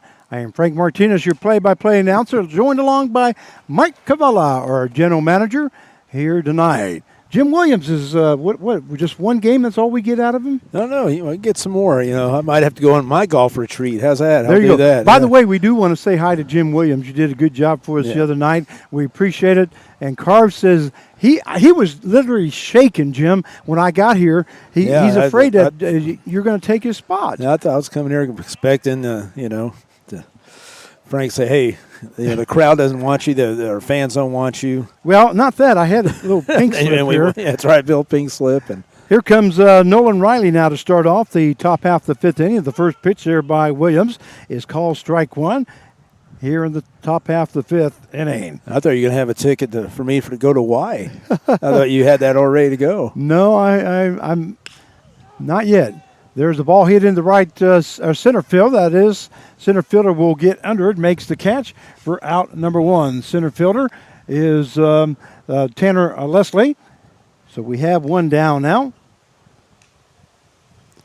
I think Nolan's kind of got away from his approach just a little. You know, he's been very aggressive today. If you notice, swung at the first pitch. He usually doesn't do that. He's the type of guy who could take 2 pitches. That will bring up the first baseman, number 22, Connor Allen. Yeah, he normally does. There's a swing and a miss there by Allen as the count now goes to 1 ball, no strikes. And Allen, he's the type of guy, he likes swinging to that first pitch. A lot of guys are like that. He it's takes just his different. cut, that's it for sure. Here's the pitch by Williams. That ball misses outside as the count will now even up at 1 ball, 1 strike. We have a lot of fans here in West Urban. Oh, yeah. In Wichita. Come out to watch the Sluggers and the Newton Rebels. We have some Rebel fans. That ball hit hard there by Allen. That one is going back, and that's going to be out of the ballpark. A home run by Connor Allen ties this ball game up at 6 apiece. That home run is sponsored by the John Odom and family, proud friends of the Newton Rebels. Also, those that play at the plate is sponsored by the Colonel Tim Mahler family in honor of the Kansas National Guard. Your home team always ready, always there. And that is the 6th hit of the ball game for the Newton Rebels, as the score now is tied up at 6 apiece. And that's what Coach Jones was saying, what he feared about like I said, when I talked to you about before the game, he said, he goes, the power, he goes, get it up in that wind stream, that jet stream. That brings up the right fielder number 8, Thomas Capion. First ball was a breaking ball in there for call strike 1. As the count is no balls, 1 strike. Casey Williams now in his 5th inning of work, and there's another hard hit ball there by Capion, and that's going to be gone. A home run by Thomas Capion, the 2nd home run of the inning here in the 5th inning. And now the Newton Rebels have just recorded their 7th hit of the game and their 7th run of the ball game. So Thomas Capion has recorded his 2nd hit of the ball game here this evening. That is his first RBI. Yeah, and like I said right there, Williams is probably not – I mean, he's been a pretty consistent performer all year. And getting that ball up, and you brought it up earlier, you get that fastball up. Our guys are going to jump on that, and they did a great job. What do you ever give us, we'll take, and they took it out of the park. And I believe that is the 4th home run of the ball game here for the Newton Rebels. Once again, that home run sponsored by John Odeman family, proud friends of the Newton Rebels. Also, that play of the plate is sponsored by the Colonel Tim Mahler family in honor of the Kansas National Guard. Your home team, always ready, always there. Boy, you could have sponsored home runs tonight and got your money's worth tonight. Like I said, next year we definitely need somebody to get the strikeouts. You know, that's what you were talking about. Yeah, they definitely do, especially with Zach Gillick on the mound. Oh yeah, and I'm sure we'll see Mr. Gillick maybe towards the last couple of innings. That will bring up Andrew Brotman. Brotman is 1 for 2 here tonight, who also has one of those 4 home runs here tonight, and he flew out to the shortstop his last time up. So 7-6 now the score. First pitch is in there for call strike 1.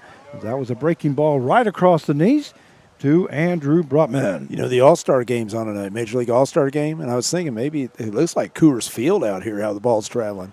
And here's the pitch by Williams. Another breaking ball, swing and a miss there by Brotman as the count now goes to no balls and 2 strikes. Good pitch there by Williams as he took something off of that one. Brotman just was not able to keep his hands back and swung through that as the count now goes to no balls, 2 strikes. Maybe the guys got inspired watching that home run derby last night. That fastball misses high as the count will now go to 1 ball, 2 strikes. Did you catch any of that, Frank, the home run derby? No, I was Kansas City at one of the casinos at that time. Winning some money, I know. Yeah, trying to get some of that money back. There's Hard hit another ball one there by Andrew Brotman, and that one is going to be gone. That is a home run by Andrew Brotman, and that is his 2nd home run of the ball game. And that is the 3rd home run in this inning by the Newton Rebels. 8th hit of the ball game, the 8th run scored here by the Newton Rebels. We'll have to ask Carl Hodges and Chris Pate how many times it's been a back-to-back-to-back.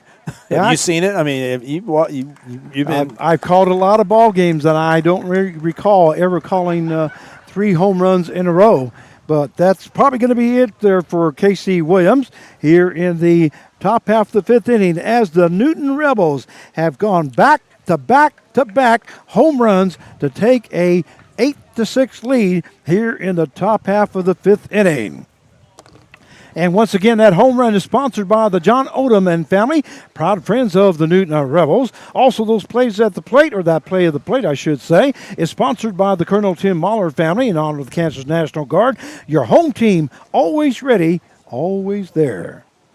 Okay, it looks like we're going to have a new pitcher now for the Sluggers. It will be number 15, and that will be Garrett Van Deventer, I believe it is. Yeah. I know I didn't mispronounce that name somewhere. I've had him before. I had him at the All-Star game, I think. And it's Garrett Van Deventer. Van Deventer. I believe that Van Deventer. Okay. You're from Arkansas City. Bulldog, of course. 6'2", 170. Why do you say that every time somebody's from Ark City? I don't. Huh? Yeah, I'm proud. Are you from Ark City or something? I'm proud of it. You're proud of it. Okay. I look back in my life and I realize, Ark City, A lot of things that happened there made me what I am today, Frank. But I heard you never went to school. Well, That's a different story. yeah, I lived at the house, my folks, But Okay, so Van Deventer now in relief, and he has appeared in 4 ball games, has gone 7 1/3 innings, has given up 7 runs, 7 hits, 4 runs. This thing is 3 earned runs, has a total of 5 base on balls, 6 strikeouts. And he is 2-1 as he comes in with a 3.55 ERA. And the first batter he will be facing will be the catcher, number 16, Anthony Zellner. And I'm not sure if I put a home run up there or not, but it should have been Home Run Rebels for the 3rd time in a row. As the Newton Rebels have gone back-to-back home runs here in the top half of the 5th inning. So going back to remember our first couple of weeks, we were having trouble with the hits and all that. And I said it usually takes a couple of weeks. Remember that about getting used to the wood bats? And I think our guys have finally figured it out. I know some guys are trying to figure out what ounce to use and all that, what kind of bats. Some of them were using pretty heavy bats. And I talked to some of them. I said, why use such a heavy bat, like a 34? You don't need that. You need the bat speed. And a lot of guys, they've made some adjustments, obviously. So we have one down here in the top half of the 5th inning. And here is Van Deventer's first pitch. That one misses outside for ball 1. Once again, Anthony Zellner now up as he is 0 for 1 here this inning. He walked in the 2nd inning and scored a run. There's a swing and a miss there by Zellner, and that will even up the count now at 1 ball, 1 strike. And one thing I always used to, I guess it was one of the, we'd sit there and talk as a team. Here, get this. That one misses low as the count now goes to 2 balls, 1 strike. And we talked about our goals for the game, and one of us get that starting pitcher out here. Let's get to the bullpen, and it's good to see that happen early. Here's the pitch. That one in there for call strike, and that will even up the count now at 2 balls and 2 strikes. I don't think Zellner was looking for that fastball right down the middle. That was right there, yeah. Because it was right down the middle. And here's the pitch, a 2-2 pitch. Breaking ball, Zellner lifts that into left field. Left fielder moves up a couple of steps, makes the catch for out number 1. Out number 2. And that is Holman making the catch in left field for that 2nd out. It's funny on Brotman's when he hit that. If you notice, did you notice the Sluggers infielders? They didn't even move. No, they didn't turn right away. They knew it right off the bat. Everybody just stood there because they knew. That's going to bring up the center fielder, number 7, Justin Barnes. Barnes also one of the 4 home runs here tonight for the Newton Rebels as he home run his last time up. Pitch is low for ball 1. That's like the few home runs that I ever hit. I was sprinting all around, because I didn't think it was going out. And umpires say, hey, it's out. And I go, what? And I'm, to have that. A swing and a miss there by Barnes, and that will even up the count now at 1 ball, 1 strike. Nice cut there by Barnes, but a good pitch there by Van Deventer. To have that feeling when you hit it out of the box and you know it's out. I did that one time at Westside Athletic Field, and I actually thought I hit the home run, but it hit the top of the fence and bounced back in. And I'm trotting around first and second thinking it was gone. And I stopped at second. Let's just put it that way. But, yeah, I thought it was gone. That would have been my first and ever home run. I wasn't much of a power hitter. There's a foul ball there by Barnes as the count now goes to 1 ball, 2 strikes. Played a lot of fast-pitch softball, and that's where I did it at. And I actually thought I had my first home run ever. You ready to do the bat flip, weren't you? I'll be ready to do a back flip, a bat flip, a back flip, everything you can think of. Except I wouldn't have thrown the ball above the above my head. But yeah, and I had a player do that when I was at Cali County. Had a guy hit one and did the bat flip, and I started to dig in. The catcher goes, "I wouldn't be digging into." Swing and a miss there by Barnes as he goes down swinging for out number 3. Good pitch there by Van Deventer, but not before the Newton Rebels scored 3 runs on 3 hits, 3 home runs that is. No errors and nobody left on base. At the end of 4.5 innings of play, it is the Newton Rebels 8 and the 316 Sluggers 6, and we'll be right back.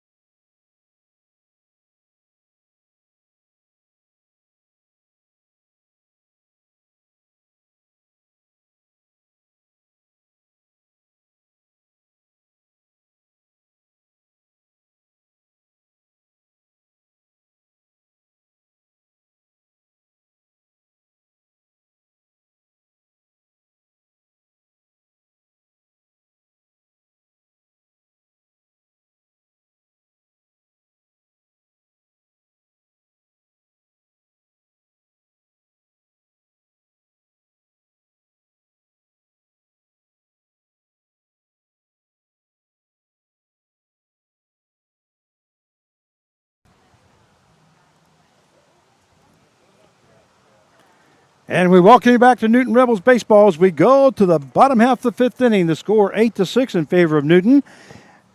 And Tyson Nolan now ready to work his second inning of work. Due up for the Sluggers will be the first baseman, number 31, Peyton Tole. He's definitely a guy that can hit it out of this park and over those trees if he gets his right pitch. That one lifted to the first base side. That's going to be foul. Count now goes to no balls and 2 strikes. Sorry about that, Carv. I had to step away for just a second. There's a class reunion coming up for the North High Redskins on October the 2nd, September 30th through October the 2nd. And they're talking about having a music by Rudy Love. Oh, yeah, gosh. You Rudy remember Love, Rudy oh, my Love Jr.? gosh, yeah. Oh, man. Oh, man. It brings back memories. Does he play some tunes or what? Yeah, no, he has for years. I'm glad he's still doing it. So this is from the class of 1969 down to 1973. So may have to hit that one up as that one is fouled off. Of course, you didn't graduate in 73, did you? No. After that, Frank, I was just a young guy. You're just a pup? That's right. Oh, my lordy. You mean I'm the only one that's right. that old? That's right. Oh, my goodness. Hey, I was going to say, get back to the game. Yeah, we'll get back to the game. That went down low. I was going to say, been pretty impressed with the Rebel pitchers, how they've handled Tole. I mean, he's got one hit in the first 2 games. Yeah, and then tonight he's 0 for 2 as he struck out his first time. There's a breaking ball. That's Corey Mason will make the play. And covering is Tyson Nolan. That's for a 3-1 put out. We're out number 1. So we do have one down here now in the bottom half of the 5th inning. And that will bring up the third baseman, number 6, Trey DeGurmo. So how old are you anyway if you didn't graduate in 73? You're up there? I'm up there, yeah. Are you older than me? No. No? Not that Frank. Not no, quite? Come on. No. You just look older, huh? Yeah. That's all right. That's like older. No, I'm just teasing you. You know that. Count is 1 ball, no strike. I used to look up to you, Frank, when I was a kid. How's that? Oh, my goodness. Now, see, I deserved that one. After putting all the stuff on you the other day, I definitely deserved that one. The count is 1 ball, 1 strike now. But I'll tell you, you went to North High. I went to North High School, yeah. Graduated. Proud school right there, man. In. I know a lot of North High people. I've gone to some of the reunions. Some of the get-togethers. Breaking ball in there for call strike as the count now goes to 1 ball, 2 strikes. I graduated in 1973. Some of these young people were not even born then. Yeah. You know, that's just amazing. That one misses low as the count will go now to. They go. Well, it's like when I started coaching. I'm talking to guys. I started coaching. And they go, "What? I wasn't even born." That one misses low for ball 3 as the count will go full now at 3-2 to Trey DeGurmo. And then you're sitting there and saying, "You guys are telling me about baseball? I've been coaching it longer. You've been alive." Yeah, exactly right. There's a fouled off there by DeGurmo. I thought he missed that one, but it was fouled off at. Oh, they did call it. Yeah. Must have not been fouled off. Must have been just a swing and a miss. That's what I was getting ready to say. I think you look at. He's kind of like, I look like. So that will be recorded as a strikeout by Tyson Nolan for out number 2. I wasn't sure if Zellner's kind of made contact or not, but I thought I heard. Well, I think it's that low pitch where you couldn't really tell, but I think it might have tipped it just enough because he looked over the dugout to the Rebels dugout like that ball hit hard to Nolan Riley, goes down to his knees, comes back up, throws to first base for out number 3. And what a play there by Nolan Riley, the third baseman there for the Newton Rebels. That great play is sponsored by the Carl Hodges and family. The Rebels tradition continues since the year 2000. All right, so 1, 2, 3 now for the Sluggers here in the bottom half of the 5th inning. So they scored no runs on no hits, no errors, and nobody left on base. At the end of 5 innings of play, it is the Newton Rebels 8 and the 316 Sluggers 6, and we'll be right back.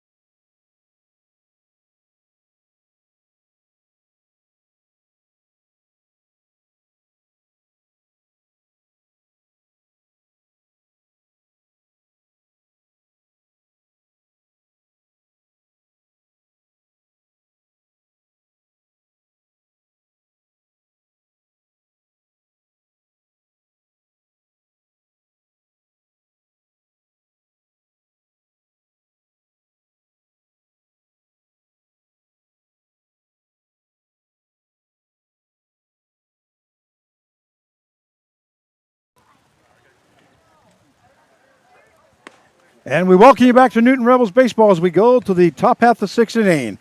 The camera got off here just a second ago as the ball was thrown back up to the netting area. And anytime that happens, it moves our camera. Carve is trying to get that fixed as the count will now go to 1 ball, 1 strike to Jaden Hanna, leadoff hitter here in the top half of the sixth inning. Swing and a miss there by Hanna as the count now goes to 1 ball and 2 strikes. And it's very important right now. The Rebels just need to keep scoring. If it's 1 run, 2 run, just keep executing. Just keep adding on. Get a little more cushion than the 2-run lead. Ball hit right back to the pitcher. Van Deventer goes to first base on a 1-3 put out for the first out. So we have 1 down now here in the top half of the sixth inning. Once again, if you're just now joining us, the score is the Newton Rebels 8 and the 316 Sluggers 6. That will bring up the left fielder number 20, Aiden Corrigan. Corrigan is 2 for 2 here tonight as he's got a base hit and a double, and he had a sacrifice in the first inning. Go ahead. Yeah, just looking at your little coloring right here. Look at this. The last ball is fouled off there by Corrigan. I mean, the last 5 hitters in the fourth, lineup. fifth, sixth, seventh, eighth, and ninth hitters all scoring the majority of the runs here tonight. That's awesome. I mean, that's good. That means you're getting some from the bottom of the lineup, the last part of the lineup. Well, with the lineup change, that could be a lot to do with it, as Brotman is batting in the 7th spot. Yeah, Capion. I mean, and Barnes batting in the 9th spot. Yeah. So. Oh yeah, like I say, you get a lot more fastballs usually down there. And count is no balls, 2 strikes now. And what do players hit better? Breaking ball misses low as the count will now go to 1 ball, 2 strikes. I'd like to remind you, tomorrow's ball game, it will be a doubleheader. Instead of playing a game on Thursday, we start at 5 o'clock, and we have 2 games. That ball hit hard to the first base side, and that is foul, as the count stays at 1 ball, 2 strikes. The only thing I don't like about that doubleheader, we're going to be right directly behind that sun, and that sun's going to hit us hard. Of course, right now we're in a good spot. That one misses outside, as that will even up the count now at 2-2. But of course, they never ask announcers what time you want to play. You notice that? Yeah, I did. And they never say, would you like a restroom in the press box either. That's another thing I learned. That one is fouled off as the count stays at 2 balls, 2 strikes. Definitely. I mean, it's there's only one college. There's a college in McPherson. That was the only college that ever asked me. They were going to build a brand new press box and say, "What would you like to have?" And besides all, that one hit or not hit? No, right behind him. Right behind him. Okay, the count goes full now. And they asked me, they said, we're going to build a new press box. What do you want in it? And I said, I want all the hookups right here, and I need a restroom right in that room right there. And they said, we'll get her done. Did they? Yeah, they did. And that's exactly what needs to be done. You got to think about it. You don't have much time to go to the restroom in between pitches, and I feel in between innings, and especially where they place the restrooms at. Usually, well, they did that to me, Frank. They named them restrooms after me. They did. A little plaque, the Newton there, So that's my. Your name's John? That's right. Carve room. Oh, that ball lifted into left field. Left fielder moving a couple steps to his left, and he does make the catch. That is Holman for out number 2. So an F7 in the books if you're scoring at home for the second out, and that will bring up the designated hitter number 3, Corey Mason.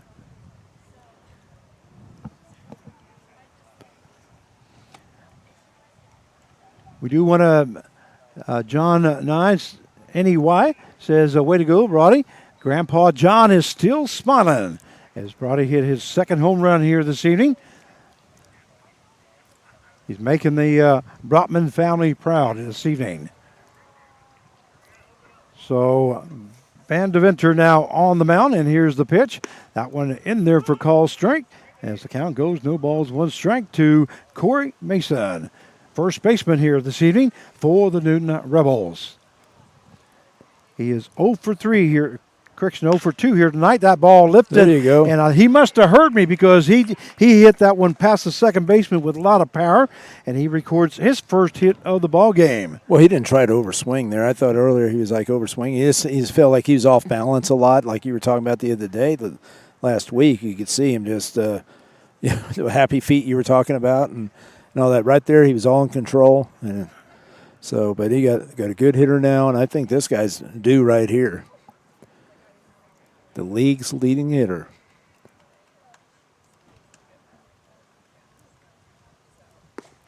So next up is Nolan Riley. Riley is 0 for 3 here this evening.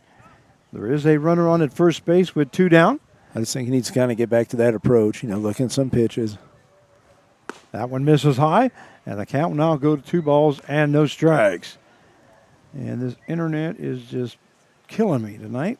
Are we all right on this one? Well, we're okay on that Good. one. That's the main one. That's the main one. Yeah, that's the main one. Here's the pitch. That one in there for call strike as the count now goes to 2 balls, 1 strike. I'd like to see him throw that again. I think Nolan will take that one out in those trees.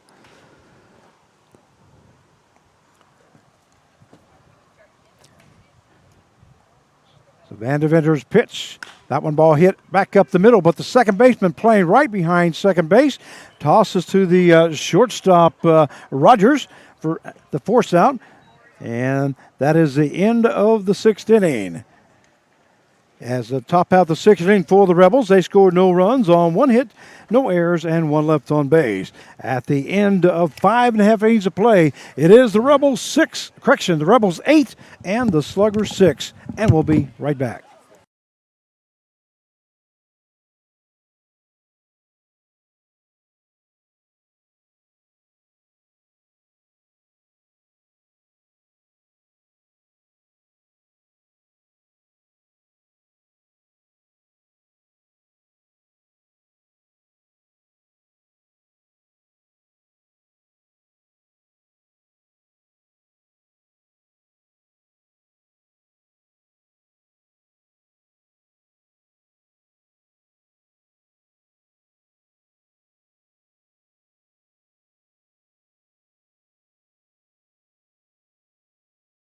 Down a little. You want me to tilt down? If you want. Yeah, I'll just leave it for And we welcome you back to Newton Rebels baseball as we go to the bottom half of the 6th inning. The score is 8-6 in favor of Newton. Due up for the Sluggers will be the left center fielder, number 7, Tanner Leslie. Leslie is 1 for 2 here tonight as he got a base hit in the 2nd inning and scored a run. Also flew out to the first baseman as he made the first out in the bottom half of the 4th inning. Yeah, but Tanner Leslie, he's playing. He's a pitcher. I just looked over there, Frank, and he's also a hitter. So he's one of those. Like I said, you don't see that a lot anymore. So Tysick Nolan now ready to do his work here in the 6th inning. Fastball misses inside as the count now goes to 1 ball, no strikes. To Tanner Leslie to start off the bottom half of the 6th inning. And here's the pitch by Nolan. Breaking ball. That one lifted to the shortstop, Andrew Brotman. Brotman backing up, makes the catch for out number 1. So good job there by Tysick Nolan as he got Leslie to pop that one up for the first out. It's good to see Brotman go that deep out there in the outfield because, I thought right there Corrigan probably had a better shot at it and is holding up, but he's also playing way back because of the wind. That's going to bring up the left fielder, number 26, Seeger Homan. Homan got a single and a double his last time up. He does have 1 RBI. That ball hit hard into left field, and that's going to be foul as the count now goes to no balls, 1 strike. That one looked like it kind of got him on the handles a little bit. Yeah, and like I said, he's been the most, it's very impressive. We have gotten him out 1 time. In 3 games? Yep. That one in there for call strike, right across the knees as the count now goes to no balls, 2 strikes. And Holman asked the home plate umpire exactly where that one was at. Yep, got him out. That one was right across the knees. There's the pitch. Fastball. That one also caught on the handles. And Nolan Riley hustling after that, but it's going to be out of play. So the count will stay at no balls and 2 strikes. Go ahead. It's pretty impressive. I mean, like I said, you look at that. I mean, that's pretty nice. 5 for 5. I mean, on base the first game, and like I said, with 3 walks, 2 hits. And then the second game, 2 walks, hit batter, and a double, and a 4-3. And then today, a double and a single. Here's the pitch by Nolan. Breaking ball. That one There. call strike 3 as that hits the outside corner. And that is out number 2. A great pitch there by Tysick Nolan as he hits that outside corner for the out. Yeah, We do have Tyson, 2 down. he's doing a great job. Oh, yeah. He's coming Doing a right good job in. coming in here for us. He's only faced 3 batters in the 5th inning and now 2 here in the 6th. But I think it's kind of what you were saying before. It's a situation where if we get in there and then you bring Gilligan. That brings up the catcher number 5, T.J. English.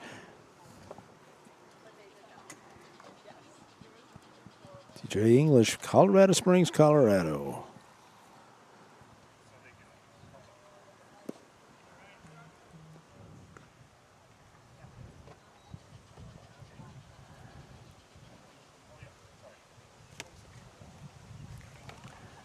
Can't get no stats here. That one misses inside as the count goes to 2 balls and 1 strike. Come on.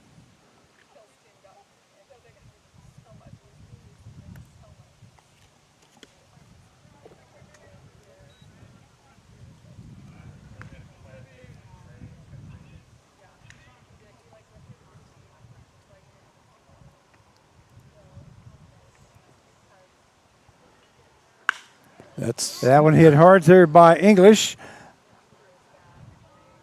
And that's going to be up against the wall there by English. And Barnes now comes up with the ball. Gets it into Brotman at shortstop. And stopping at second base will be T.J. English. English records his 2nd hit of the ball game. And he got a base hit his last time up and an RBI. So that English will be on at second with 2 down. But again, Frankie, when 2 outs, I mean, if you had a choice, that's when you walk a guy or let him get a hit with 2 outs because odds are he's not going to score here if he takes care of this hitter right here. But I thought, what did you think of that? Did you think that should have been caught, or did you think it was? Well, it was hit deep into left center field. Yeah. That's going to bring up the right fielder number 2, Connor Flagg. That fastball misses high for ball 1. That was perfect right in that gap, wasn't it? So. Let's see if I can get some updates. I was going to give some numbers on our pitchers here, but Tysick Nolan thought that was a strike. He puts his hands up pitchers shouldn't do that. I mean, but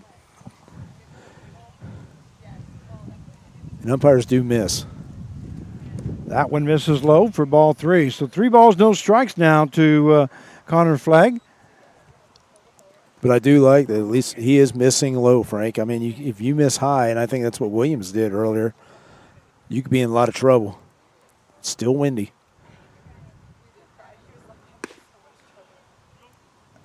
And that one misses for ball 4. So Connor Flagg will be on with the base on balls. So the runners now on at first and second with 2 down. And that will bring up the second baseman, number 13, A.J. Mendolia.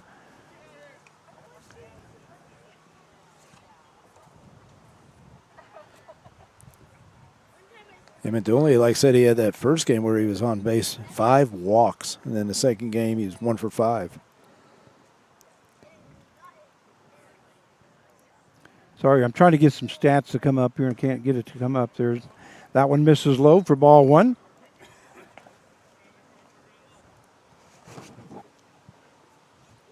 And Mendolia from Fort Worth, Texas. He's been right in the middle of that lineup. That ball hit past the shortstop, Brotman. Left fielder coming up throwing, and it's going to be into home. That's going to be a run scored there by English as he rounded third base and hit it into home. There's a base hit there by Mendolia as he records his 2nd hit of the ball game, and that is the 2nd RBI by Mendolia. So Flagg will stop at second base. Mendolia will be on at first. And 8-7 now the score. That is the 9th hit of the ball game. Correction, I should say 10. It's definitely been a hit parade out here. Just got to get that last out here.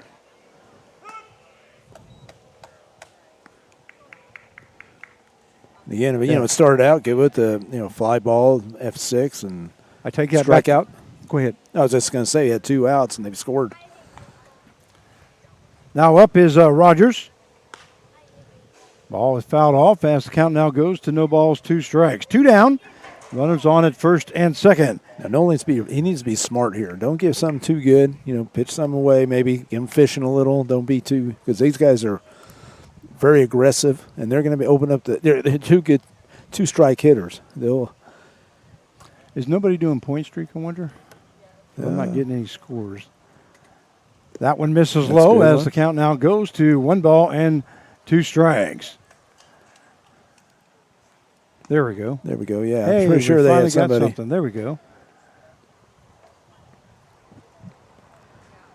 This big right here, Frank, I think. Big got to pitch get with this the out. count 1 and 2, exactly right. And here is Nolan's pitch. That one lifted to the right-hand side. That's going to be out of play. And the count will stay at 1 ball, 2 strikes. By the way, Jack Rector went 3 2/3 innings, gave up 9 hits, 6 runs, 6 earned runs, 2 base on balls, 2 strikeouts as he faced 20 batters. Nolan, I should say, is now in his 2nd inning of work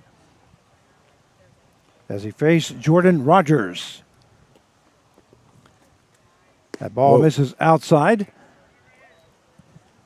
He's got to get this 1 pitch. And Zellner, nice job there, moving clear to his right to making that stop. So runners stay at first and second. We have Flag on at second base, Mendolia on at first as he just reached on a base hit and an RBI. 8-7 the score in favor of Newton. And here is Nolan's pitch. Breaking ball, that one hit into left field. Left fielder backing up, and that's going to be gone. That is a 3-run home run by Jordan Rogers as Flag scores from second base, Mendolia from first, and Rogers with a 3-run home run. That was such an easy swing. I mean, it's an easy swing, and it was a line drive out of here. Line shot. Didn't have to get up very high at all, did it? As I first thought, I thought it'd be right to Corrigan. I thought it'd be right to Corrigan, and then it just kept carrying as a line shot out of there. So a 3-run home run has now taken the lead. The Sluggers 10 and the Newton Rebels 8. Here in the bottom half of the 6th inning with 1 swing, Jordan Flag has put the Sluggers in the lead. That will bring up the first baseman, number 31, Peyton Tolle. Yeah, it's going to be kind of a game where the team that's not scoring, but who quits scoring. And, you need to keep scoring. And here's Coach Clark coming out. So it's probably a pitching change. I'm not sure who he's bringing in. And that is going to be it for Tysick Nolan.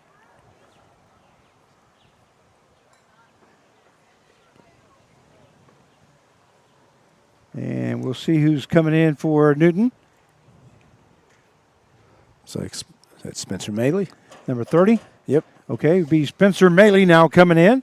So Spencer Maley checking into the ball game for the Newton Rebels.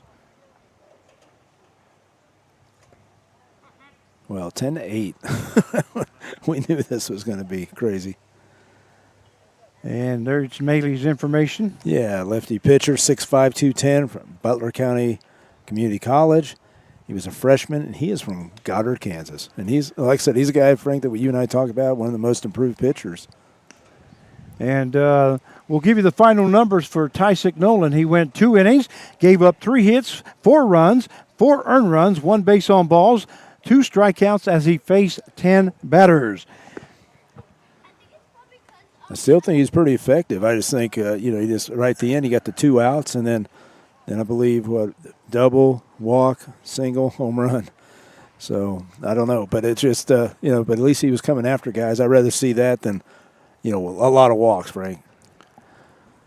So, Spencer Maley now coming in, and we'll get his numbers here for the pitching. As soon as we get our internet to speed up a little bit.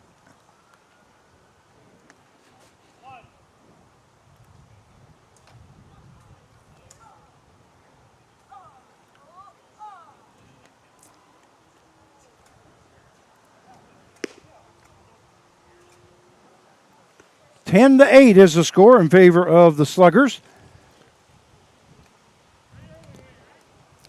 Please come on.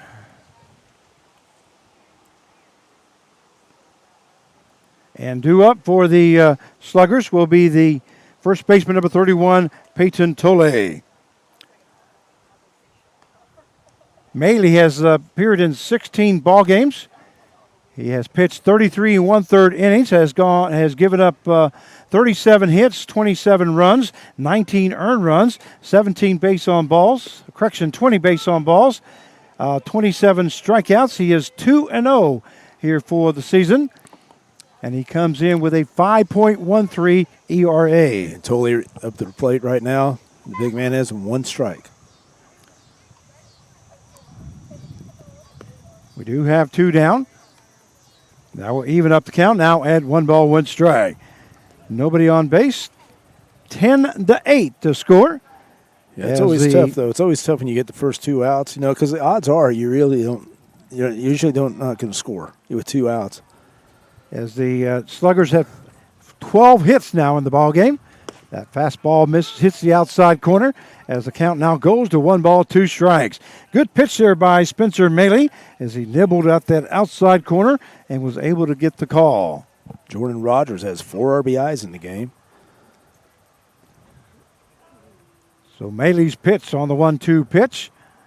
That ball hit up the middle, and that's going to be a base hit there by Tolle as he records his first hit of the ball game. That is the 13th hit now recorded there by the 3-1-6 Sluggers. That will bring up the third baseman, number 6, Trey DeGarmo. DeGarmo in the 2 games. He was one for 3 with 2 walks in the first game. Then the second game, he was 2 for 5. Maley's pitch is lifted to the right-hand side. Second baseman Hanna gets under it and makes the catch for out number 3. So an F4 in the books if you're scoring at home, but not before the Sluggers score 4 runs on 4 hits, no errors, and 1 left on base. At the end of 6 innings of play, it is the 3-1-6 Sluggers 10 and the Newton Rebels 8. And we'll be right back.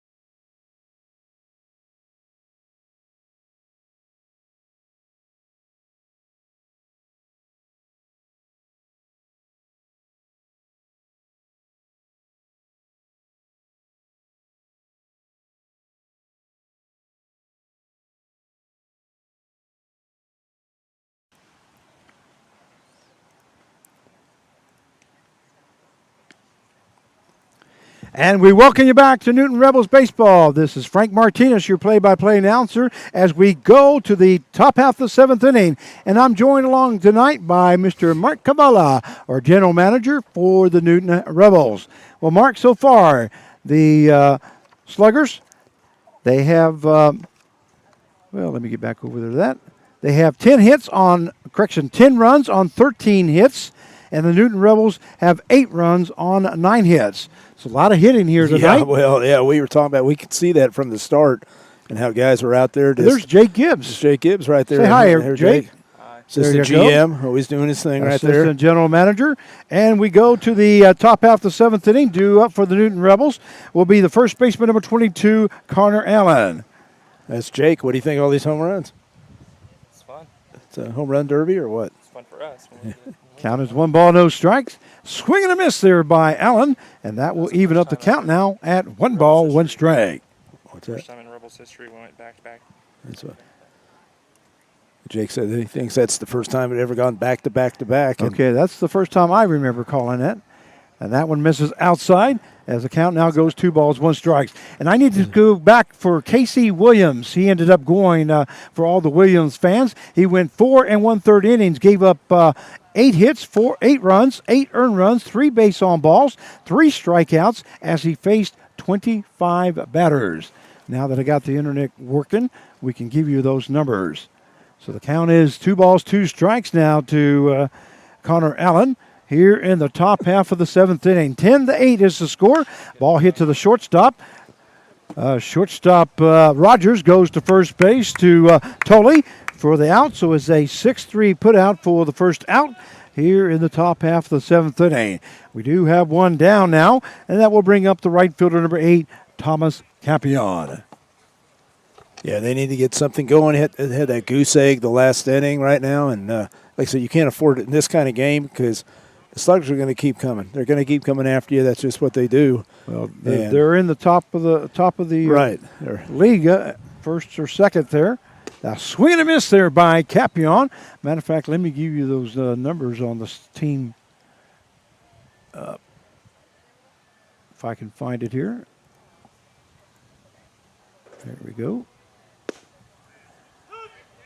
Well, actually, they're in third place now, as they've gone. It's all close, though. It's all close, though. They're only. I don't know if they have that right. I mean, games. It's showing that they're even with Hutchison. Because they played more games than others, I believe. That's right, 20-11. Ball hit hard there by Thomas Capion. That's going to be in for a base hit. That makes going to be extra bases as Capion is rounding first base, ends up stopping at second, and that he has now got a 2 doubles and a home run here this evening. That's not a bad day right there. Not a bad day so far here for Capion, as he will stop at second base. And that double is sponsored by Cobra Enterprise Store and Stuff and Realty Connections. We do have one down here in the top half of the 7th inning, and that will bring up Andrew Brotman. Brotman also with a hot bat here for the Newton Rebels. One down here. Swing and a miss there by Brotman as the count goes to no balls, 1 strike. Brotman looked like he was going for the fence again. Yeah. In college, he's hit multiple home runs in a game. So Brotman has hit 4 home runs in a college game. Also hit for the cycle in a college game. And here's the pitch there by Vanderventer. That one in there for call strike as the count will now go to no balls and 2 strikes. Well, you know, Capion has had 1 home run here this evening. He also had 10 home runs in a college, his college career there in the last season. That is, batted .340. All conference, 10 home runs, .340. Yeah, like you said, and then 43 RBIs. So there's the pitch there by Vanderventer hit outside as the count now goes to 1 ball, 2 strikes. And it's good to see. I mean, see like Brotman coming off an injury, Mason coming off an injury. Because we need those healthy. We need these guys healthy down the stretch here. Yeah, I did not know Brotman was going to be playing tonight. Yeah, I actually didn't think he'd be playing till Wednesday or Thursday. I did talk to Brotman as I came in, was unloading the stuff. That one gets away from the catcher, but not far enough for Capion to advance, so he'll stay at second base. And a good job there by English, the catcher for the 316 Sluggers. Anyway, I saw Brotman, and I said, hey, Brotman, I said, how you doing, Andrew? He says, doing good tonight, sir. And but I did not know he was going to be playing because I knew he was had that groin injury. Yeah. Those are nasty. I mean, it takes a while to heal up. Here's the pitch now. That one hit to the right-hand side. That's got a good scoop there by the first baseman, but not sure it's going to be in time. And not going to be in time. Oh, so you got him. That's good footwork. Not sure whether anybody touched the base or not. It was good effort, but just like expected, Brett Clark is coming out to argue that call. I think he's going to ask for help there because the pitcher did a little two-step, and he kind of went towards the bag and not sure whether he touched it or not. But he is going to ask home plate umpire for a little bit of help. Yeah, see what he saw and all that. But I mean, I'll tell you, it was a good play by Van Deventer because, his footwork right there. He probably played a little soccer or something because he had some quick feet right there. And they do say that he did touch the base, so that will be out number 2 as Brotman is out. Let's see, that was hit to the first baseman. So, yeah, first. Yeah, 3-1. 3-1, that's right. Yep. That was a good play by Tolley because, Yeah, it I was. mean, you know, I thought that ball might get through there. Well, I had that senior moment there for a second. Swing and a miss there by Anthony Zellner as he is up now with 2 down and a runner on at third base. Be nice to get this in, make it a 1-run game. 2 out hits. There's only 2 out hits. That's what's been the key right here. That ball in there for call strike as the count now goes to no balls and 2 strikes to Anthony Zellner. Zellner is 0 for 2 here tonight as he grounded out to the second baseman and flew out to the left fielder. Breaking ball down into the ground, and that misses as the count will now go to 1 ball, 2 strikes. Would you mind saying something, sir? Yeah, I was going to say Van Deventer has been pretty impressive because, you know, he's right around the zone and he mixes up the pitches. And guess what? He's a bulldog. How's that? Oh, wow. That one swing and a miss there by Zellner as he goes to first base, but throwing the ball down to is English for out number 3. That's a strikeout recorded by Van Deventer. And I'm sure I'm butchering up that name. I didn't even write it all the way down.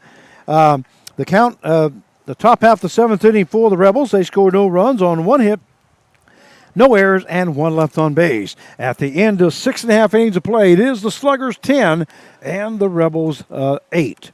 And we'll be right back.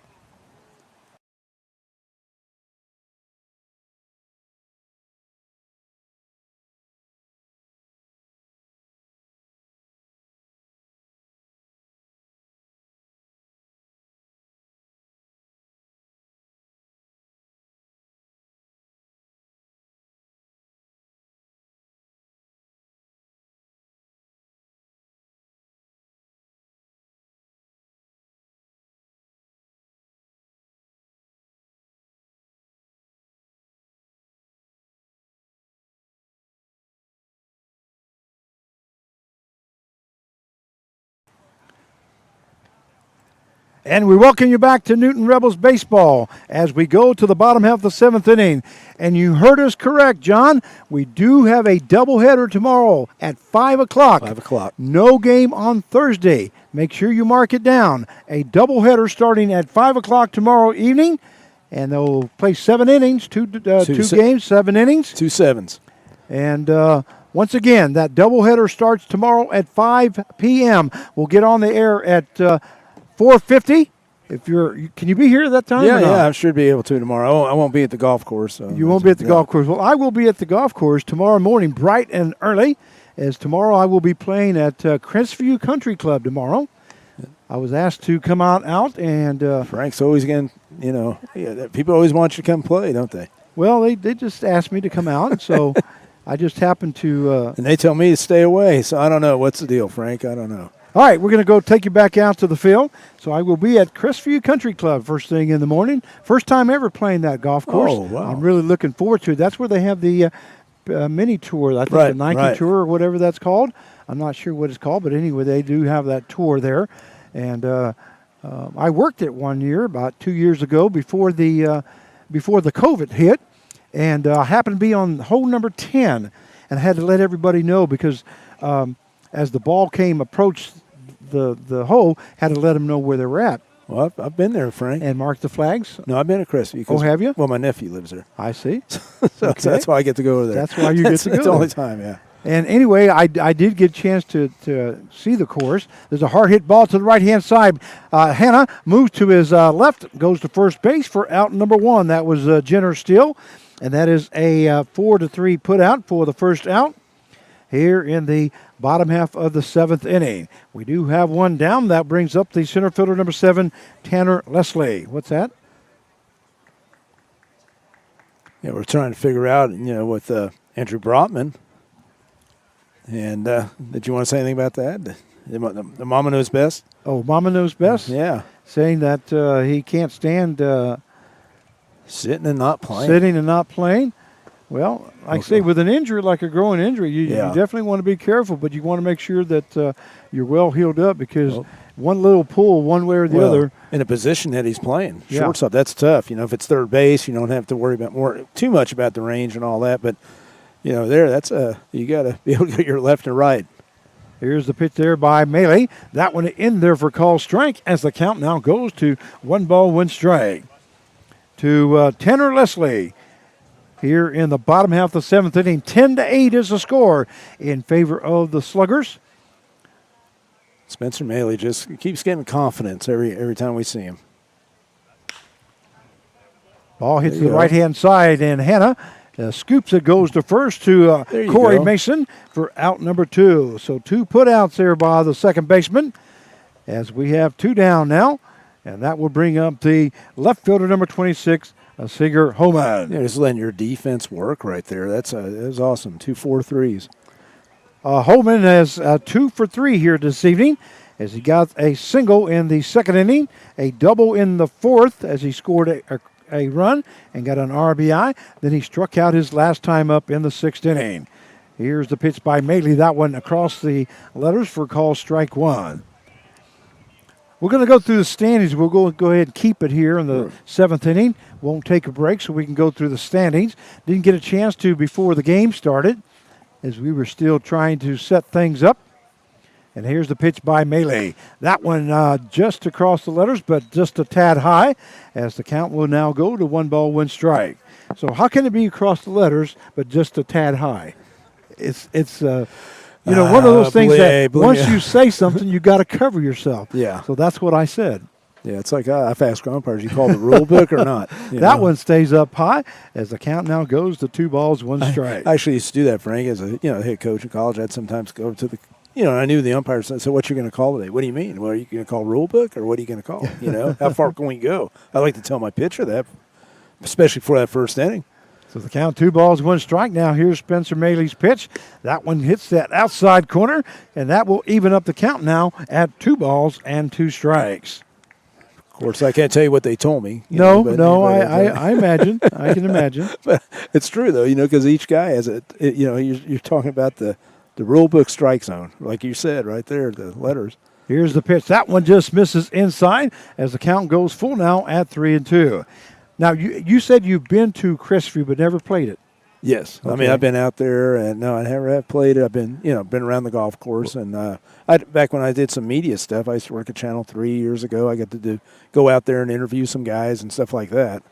Well, that one hits misses the outside corner apparently. That wasn't. And going to first base will be Homan.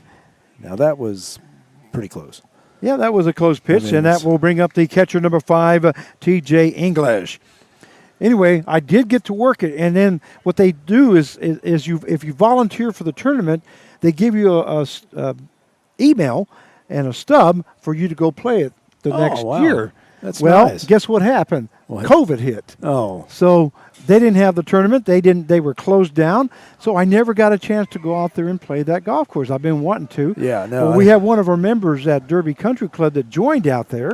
So he invited me and 2 other people to come out and play. And I'm taking Paco, my son, and you guys have a blast. And another and another friend of mine that plays with us all the time. And so we're going to play at a tee off at 9:30. So I'm not sure if I'll be here by 5 o'clock, but I'm going to try. That one is fouled off. I was wondering what condition you're going to be, Frank. That's just it. Out there, teeing off a whole half hour early. Yeah, just let me know if Jake needs to fill in for you. And I do want to thank on the air Gus Capasano, who is hosting us tomorrow at Country Club. We're going to play the North Course. They have the North Course and the South Course. We're going to play the North Course. And so I'm looking forward to it. I wouldn't gone out there many times. And both the courses out here are nice. Yeah, both courses are really in great shape. Like I said, I was out there and just plush. I drive by it. That one misses. And what's really weird when you drive to Teradyne, you're going down 13th, and you drive right by it. I mean, it's right. They're both golf courses. I thought you played Ridge.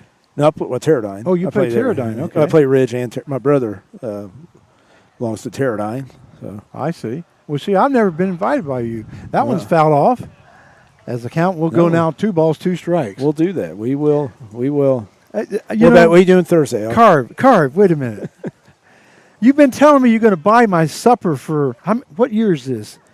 I'll take you to Brahms. Come on, man. I'll take you yeah. Just like you've been telling the young man that taught you, the coach. been telling him to come in town and you'll take him to lunch, and I haven't seen it happen yet. That ball hit out to the center fielder. Barnes There. makes the catch for out number 3. So the bottom half of the 7th inning for the Sluggers, they score no runs on no hits, no errors, and 1 left on base. At the end of 7 innings of play, it is the 3-1-6 Sluggers 10 and the Newton Rebels 8, and we'll be right back.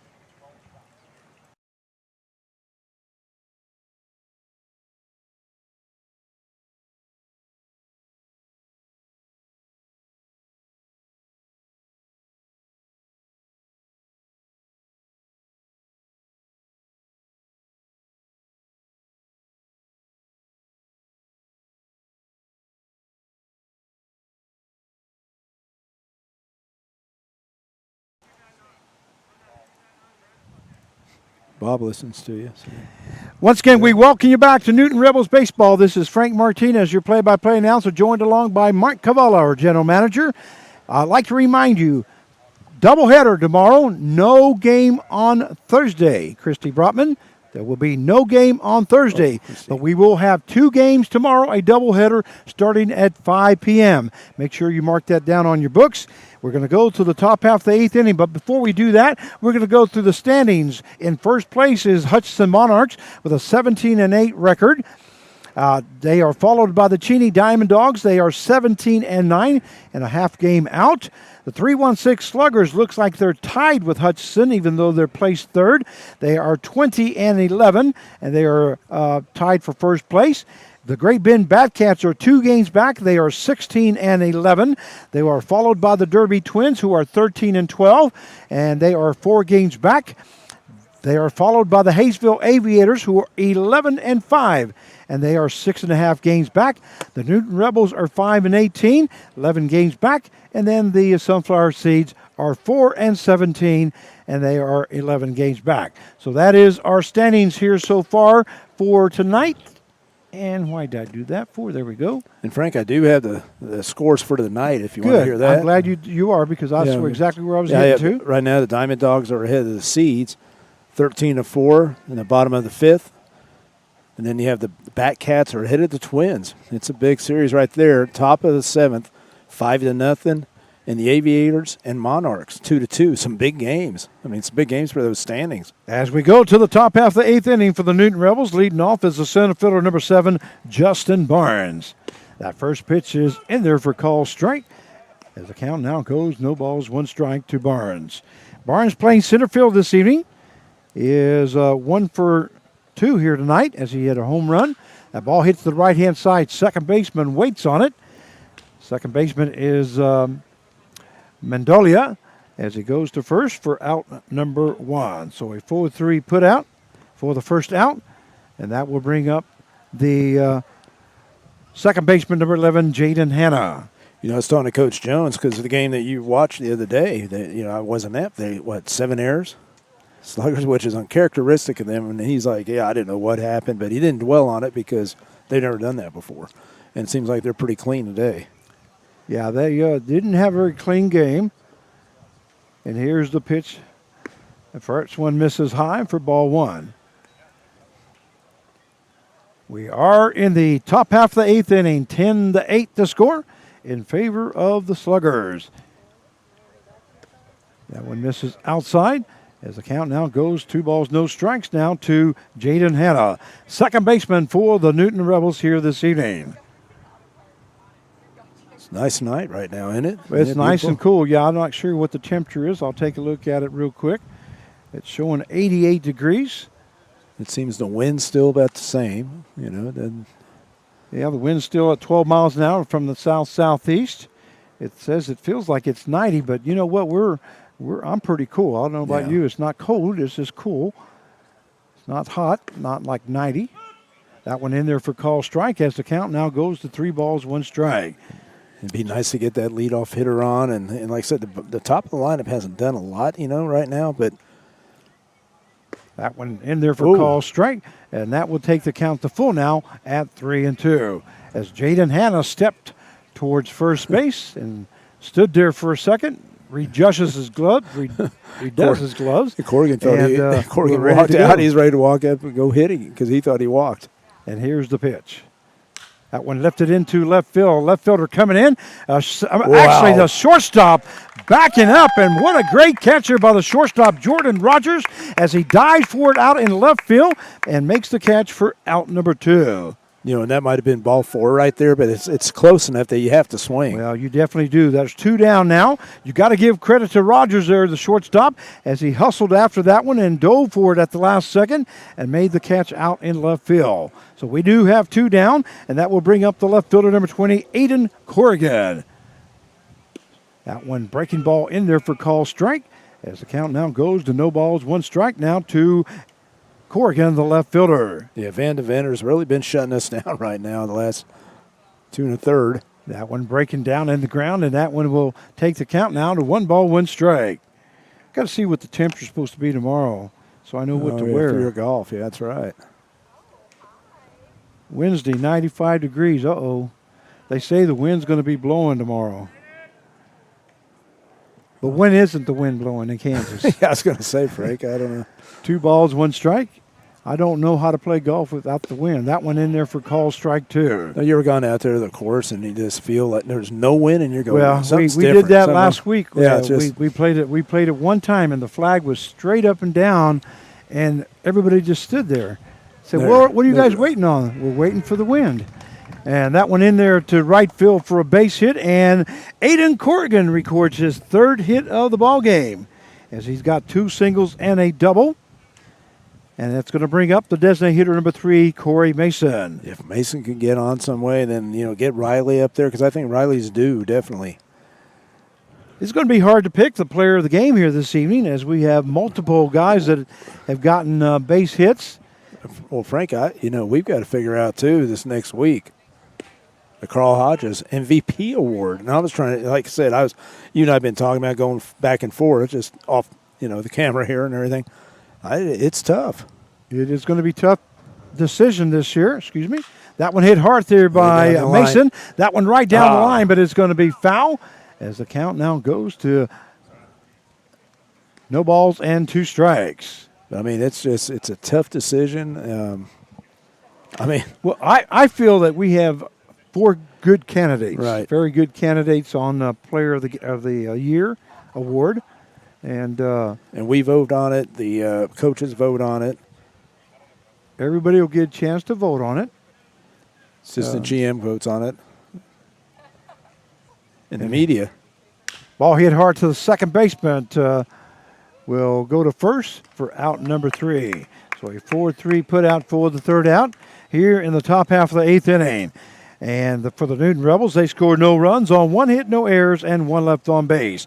At the end of 7.5 innings of play, it is the Sluggers 10, and the Newton Rebels 8. And we'll be right back.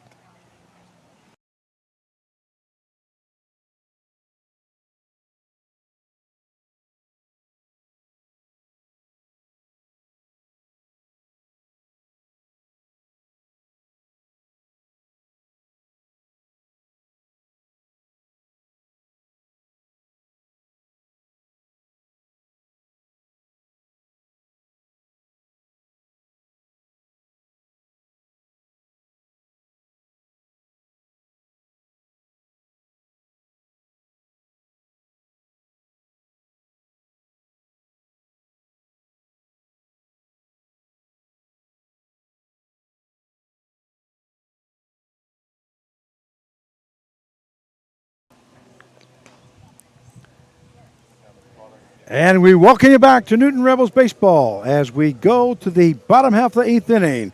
Due up for the Sluggers will be the right fielder, number 2, Connor Flagg. And we do have a new pitcher, too. We do have a new pitcher, okay. That will be Judah Graham. Judith Graham, number 41. Yep. Okay, number 41, Judith Graham. Now in relief for the Rebels, and we'll give you the final numbers here for Spencer Maley. Spencer Maley went 1 1/3 innings, gave up 1 hit, 1 base on balls as he faced 6 batters. So Judith Graham now in relief here for the Rebels. And let me see if I can give you some numbers on Mr. Graham.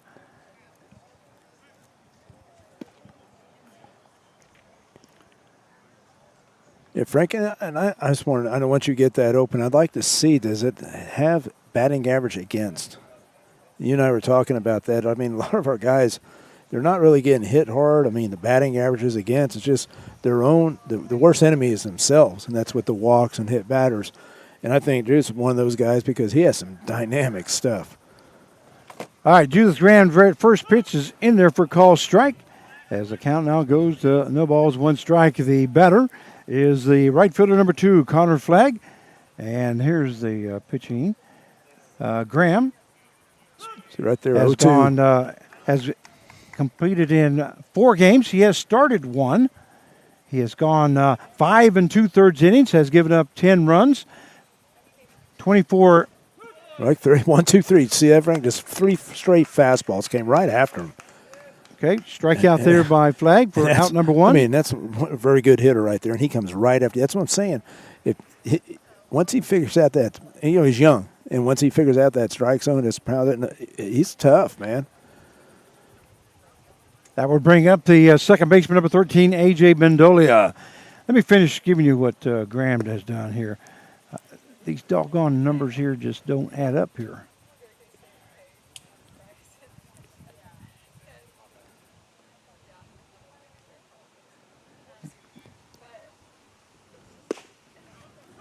That one in there for call strike.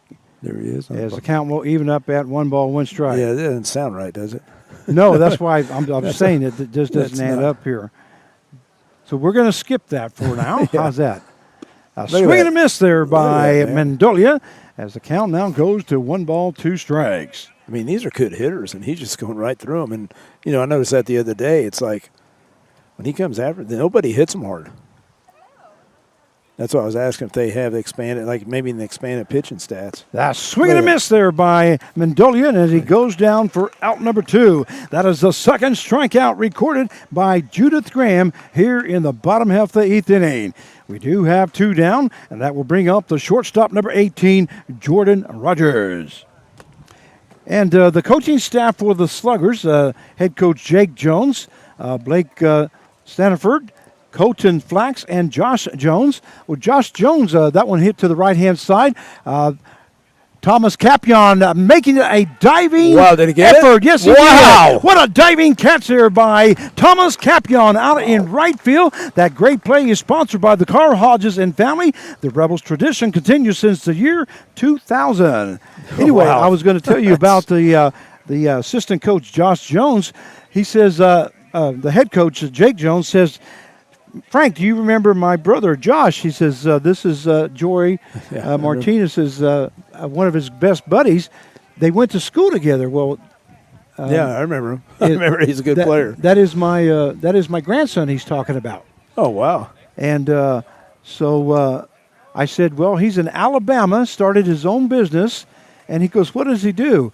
And I said, well, yeah, he takes pictures with the, what do you call those things that roam around? Oh, yeah, I know what you're talking about. Anyway, yeah. he's got a company that does that, and he said, well, you know what, I'm going to give him a call. Maybe he'll come and do a shot of the field.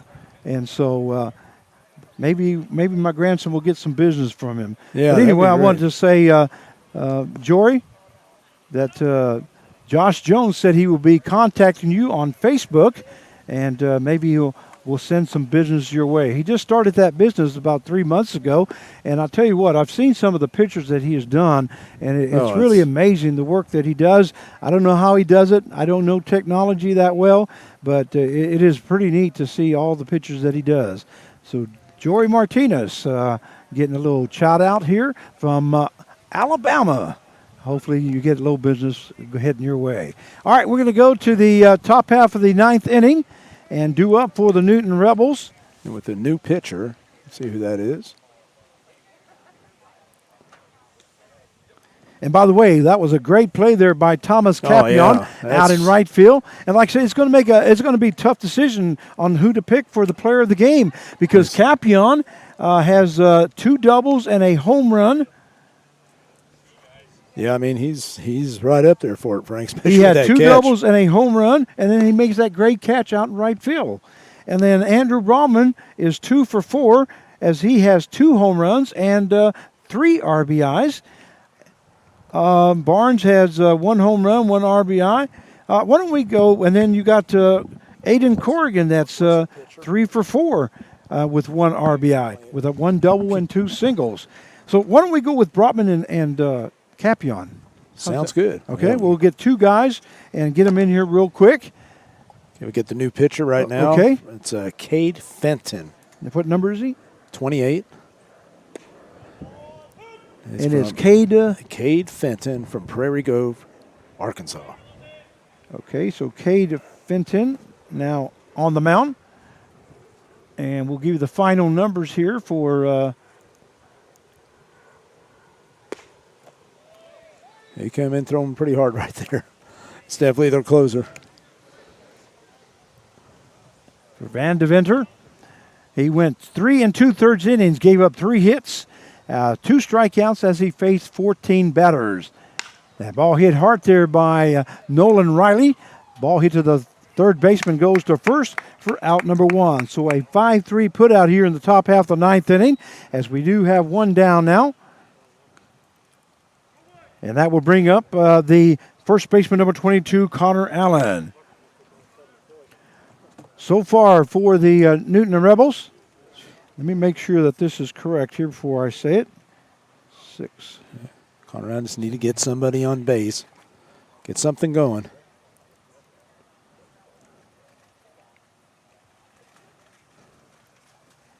That ball in there for call strike to Connor Allen.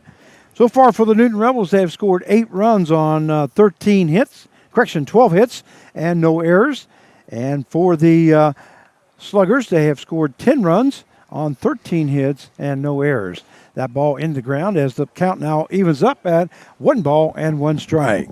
So all you Brotman fans, stay tuned as Andrew Brotman will be a player of the game, along with the Thomas Capion, also be player of the game. And we'll have those interviews coming up as soon as the ball game is over. Hopefully they keep the lights on here for just a little bit. We still got to put all this equipment up, and that always takes time here at West Durban. As the count goes, 2 balls, 1 strike now to Connor Allen. That one misses outside as the count will go now to 3 balls and 1 strike. 1 down here in the top half of the 9th inning. 10-8 the score in favor of the 316 Sluggers. You've missed a good ball game if you're just now joining us.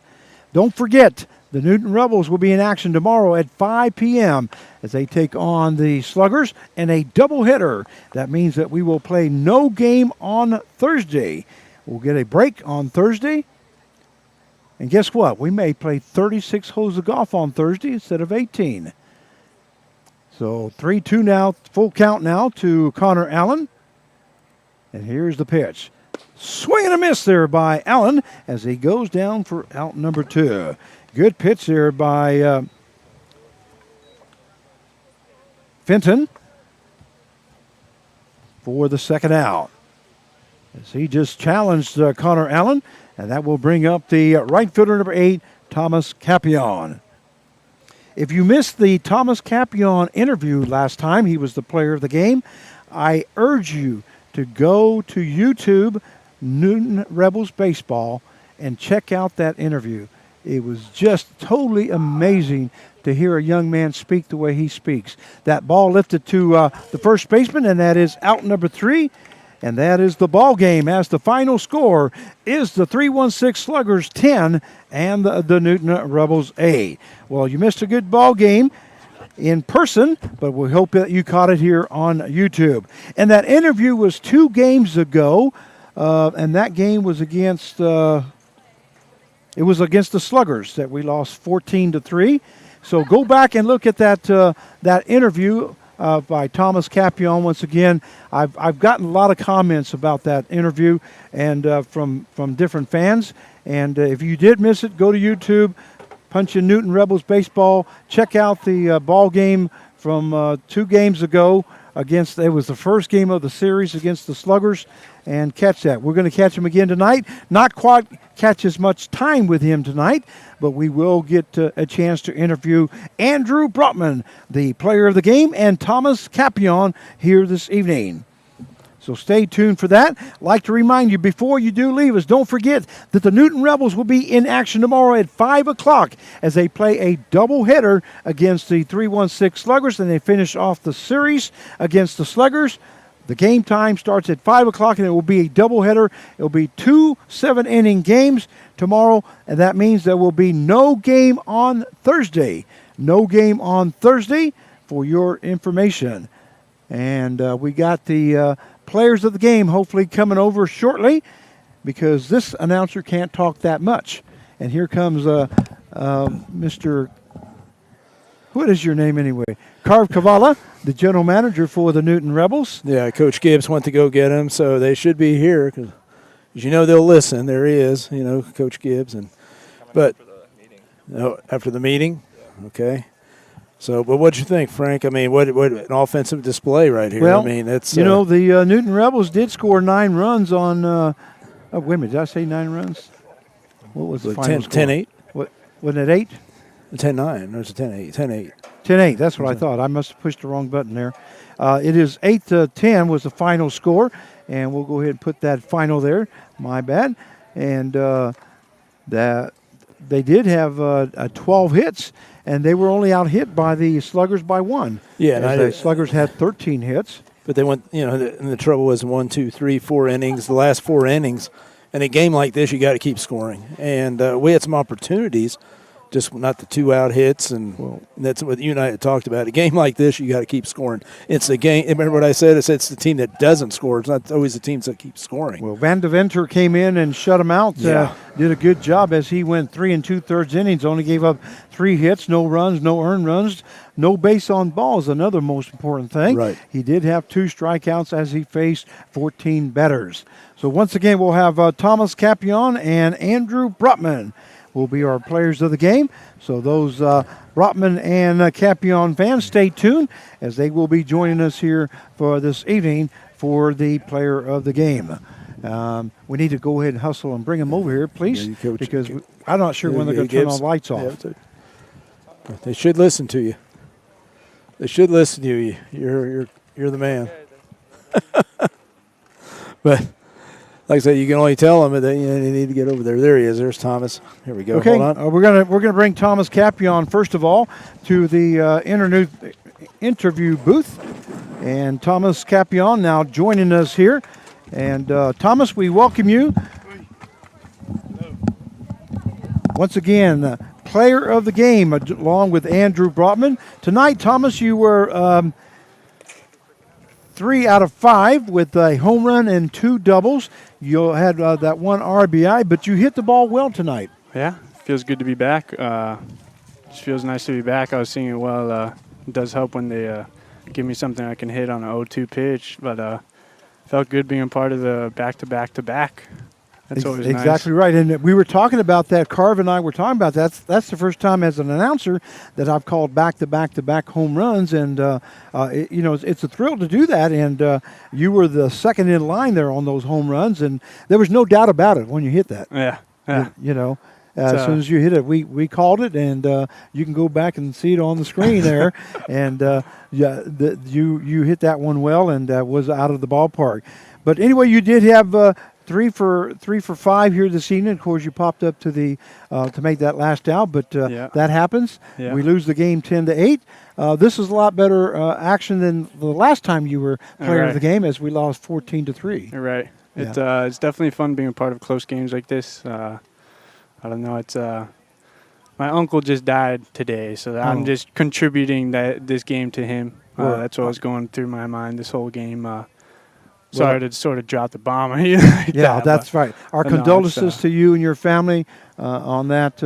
We didn't know that, but we do appreciate you passing that on to us. And so make sure that you tell your family, and if they're listening, we want to send our condolences to the family. We will. And let us know who your parents are once again. Michael and Stephanie Capion. Okay, and then who your siblings are. Siblings again are Teresa, Maria, Samuel, and Samuel's new wife, Sierra Freitas. Oh, you forgot to announce Sierra her last time. Capion. Sierra Yeah, oh, Capion, good. actually, yeah. Okay. And So- then and anybody else? Last time I didn't say my coaches, so coaches new and old, Rob Wilson, my coach right now, Waldorf, Joe Takis, Tony Lopez, just the guys. It's always good to get them in, you know. Yeah. And then also, once again, the college you're going to be going to. Waldorf University. Okay. Yeah. And then the player that that you look up to, your favorite player, JD Martinez. JD Martinez. I remember you Shohei saying that. Otani's been pretty nice lately. So. Oh, hasn't he? Yeah. Did you see him on the Yeah, I All-Star did. game Too last bad. night? Yeah, Too it was bad. too bad because I also got a chance to see a little bit of it, not very much, but just a little bit of it, as I was heading in and out from Eden and going into the casino that I was at. Hey, And okay, okay. But anyway, and then who would you like to spend the 5 minutes with? And you're going to still go with your great I mean, grandpa? since I said that already, Go for it. I don't know. My kid from 40 years from now. Oh, wow. Wow, I just thought of that on that's a new one. I mean, I don't know. So that makes your mom and dad, Michael and Stephanie, a grandma and grandpa then. Yeah. And a possibly great-grandma and grandpa if there's 40 years from now. Right. Oh, Right. wow. It'd be neat. Well, hey, Stephanie, get up off the ground there. He said 40 years from now. So you're okay. You're not grandma right, yet. Right. Nah. Okay. You got and a then, lot of time with that one. there you go. And then anybody else you'd like to say hi to before we get off the air? Nah. Just family? Teammates. Okay, Much there you go, love- your teammates. Much love to new and old teammates. Okay, there you go. All right, Thomas Capion, the player of the game, and one of the players of the game. And once again, we'd like to thank the Carl Hodges family for as the Rebels tradition continues since the year 2000. So Thomas Capion, congratulations, Right player of on, the game, Frank. 3 for 5 with a home run and 2 doubles here tonight. We're going to bring on Andrew Brotman now, our other player of the game. And Andrew Brotman is now joining us here for the second interview here this evening, as we couldn't choose exactly who to pick. But Andrew, yeah, Arc City kid. I saw you before the game, and you were standing there by the fence, and I said, Andrew, how you feeling today? And you said, okay. And Yeah. I did not expect you to play today. I thought you still were going to be out, but it kind of surprised me when they put you in the lineup there. Yeah, I wasn't really expecting to play today either, but when I went and worked out earlier, it felt pretty good, so figured I'd give it a shot. Gave it a shot. Yeah, as you know, that Andrew Brotman was out with a groin injury the last game, and I was told that he probably wouldn't be back till Wednesday or Thursday. But it was good to see you out there doing what you do on defense, and then you had 2 big hits here tonight as you hit 2 home runs. And I've got to say this: as soon as those balls were hit, if you go back and check it out on YouTube, you'll see right away. Yeah. I said they're gone. Yeah. They're gone. They're out of here, and you knew it because you Yeah. stood there and just watched them, and you didn't do no big fancy bat flip, but you did stand there and watch them get out of the ballpark. Yeah, those are the ones you like to hit because they just come off the barrel. You don't feel nothing. You just Yeah. kind of like to admire something like that. So it's pretty nice to hit a couple of those. And I wanted a few, so So he ends up getting 2 big home runs and this evening, one in the second inning and one in the 5th inning, and end up scoring a total of 3 RBIs. So a big night here for Andrew Brotman as he went 2 for 4, and with 3 RBIs and 2 big home runs. And we were going to say, Carv and I both commented on the fielders didn't even move. no, But they knew right away. I had a couple of those in the spring. It's just like, oh yeah, even everyone could admire some of those. So it's nice to hit some of those. Those are Yeah, it was big. very nice to watch, and like I say, as soon as they're hit, as soon as they're off the bat, you can call them, and there was no doubt about it. So we're going to go and let us know who your parents are, Christy and Bob Brotman. okay, and then your siblings, Just Zach okay, Brotman. and then also what college you go to, I'm going to Eastern Illinois in the fall. okay, and then who your favorite player is. Right now, it's got to be Shohei Otani. That dude's just Isn't incredible. he awesome? Yeah, he's I incredible. watched him a little bit on the All-Star game last night on the home man. run derby, and I was kind of rooting for him. Yeah, that dude's Didn't get a special. chance to watch him completely, but I did watch him a little bit, and he's just got a phenomenal swing. Oh, it's so pretty. It's, I can't say it's the prettiest left-handed swing ever, but that dude's just unreal. And not many people probably one of the only people in the world throw 100 miles an hour and then go up and hit a 450-foot home run from the left side. So Yeah, and did you see pretty. that he's going to be the starting pitcher and the leadoff hitter, going to be DHing? Yeah, they All-Star game was going on during our game, so it was pretty nice to see that. So it's pretty awesome to see. It don't happen very often. No, it doesn't. He's quite a player. You're one in a billion type player. Yeah, and then the last thing is, besides him, who would you like to spend the 5 minutes with? Yeah, I said Mike Trout last time. I think I'm going to stay with it. That dude is unreal. That dude's work ethic, his swing, his fielding. Because I'm playing outfield in the fall, so I like to get a few tips and stuff from him. Well, I want to show you some of the things that your family has posted here tonight. And let's see. Oh. Let's see here. There's some when you hit that first home run. Oh yeah. Way They to love go, me, man. way to go, Brody. Yeah. And then some other Christy Brotman, of course, made a comment. And Yeah, for sure. And then, but it's always good to have family support. Oh, you. they're great, so you know. supportive, and they were a little worried about me playing tonight too as well. So it wasn't just the coaches and everyone else kind of around. It was just kind of them saying, just be careful, don't hurt yourself. It's not worth risking a fall over. So they're so supportive. It's incredible type of support. That's why I have was from them. surprised to see you out there because, like I said, I was told Wednesday or Thursday you may Right. be back in action. So, well, anybody you'd like to say hi to before you get off the air here? Grandma, grandpa, mom, dad, and my little brother. I don't know if my little brother's watching, but I know for sure the other 4 are. So Okay. it's fantastic. So All right. happy Well, they get to watch. congratulations goes to Andrew Brotman. Once again, we'd like to thank the Carl Hodges and family, and as the Rebels tradition continues since the year 2000. And we got one more interview. Brett Clark. Coach Clark. So, Okay. sounds good. Thank Appreciate you, it. Andrew. Thank you so Thank much. you, sir. And Coach Clark is going to come in and say a couple words here for us. We have not had a Coach Clark on yet through the year. We were trying to get him on at the beginning, but then things went haywire. But Coach, you come up just a little bit short this evening, but it was good to see that the guys actually hit the ball well here tonight. Yeah, we swung the bats well. I mean, we had a good approach from the beginning. That arm they threw out there is our best arm. I mean, he had a good ERA coming in, and we just stuck to our approach and put the barrel on the ball. I mean, the wind's blowing out, but either way, these guys had a good approach early, and that's just how the game goes. The best pitcher in the league, as you're talking about, besides Zach Gillick, but they hit 4 home runs off of him. Absolutely. I mean, like I said, we put the barrel on the ball. We had a good approach early. Scored when we needed to score, and the game can happen at any time. Our series so far with these guys, besides the first day, has been back and forth. Yeah. We came away with it the other night, and tonight was their night. So hopefully tomorrow, the next 2 games are going to be just the same, with hopefully us coming out on top. Yeah, well, and not only that, but your pitching actually did fairly well here tonight, as you had Rector coming in, and Tyson came in the 4th inning, and he pitched well. Maley came in and did well. Let's see, in the 6th inning, Judith Graham came in, and then. Judith Graham finished up, didn't he? Mm-hmm. Yeah. Okay. But they all did fairly well, decent. That didn't give up 1 or 2 runs, and that was about it. I think the only one that gave up any runs was 4 runs by Tysick Nolan, as he gave up 3 hits, 4 runs, 4 earned runs. But. I thought he had a good outing the first couple innings. Absolutely. That he came in and I think he shut them down if I remember correctly. 1, 2, 3 here in the 5th inning, and but then right after that 6th inning, that's when he got a little bit in trouble, and then you brought Maley in.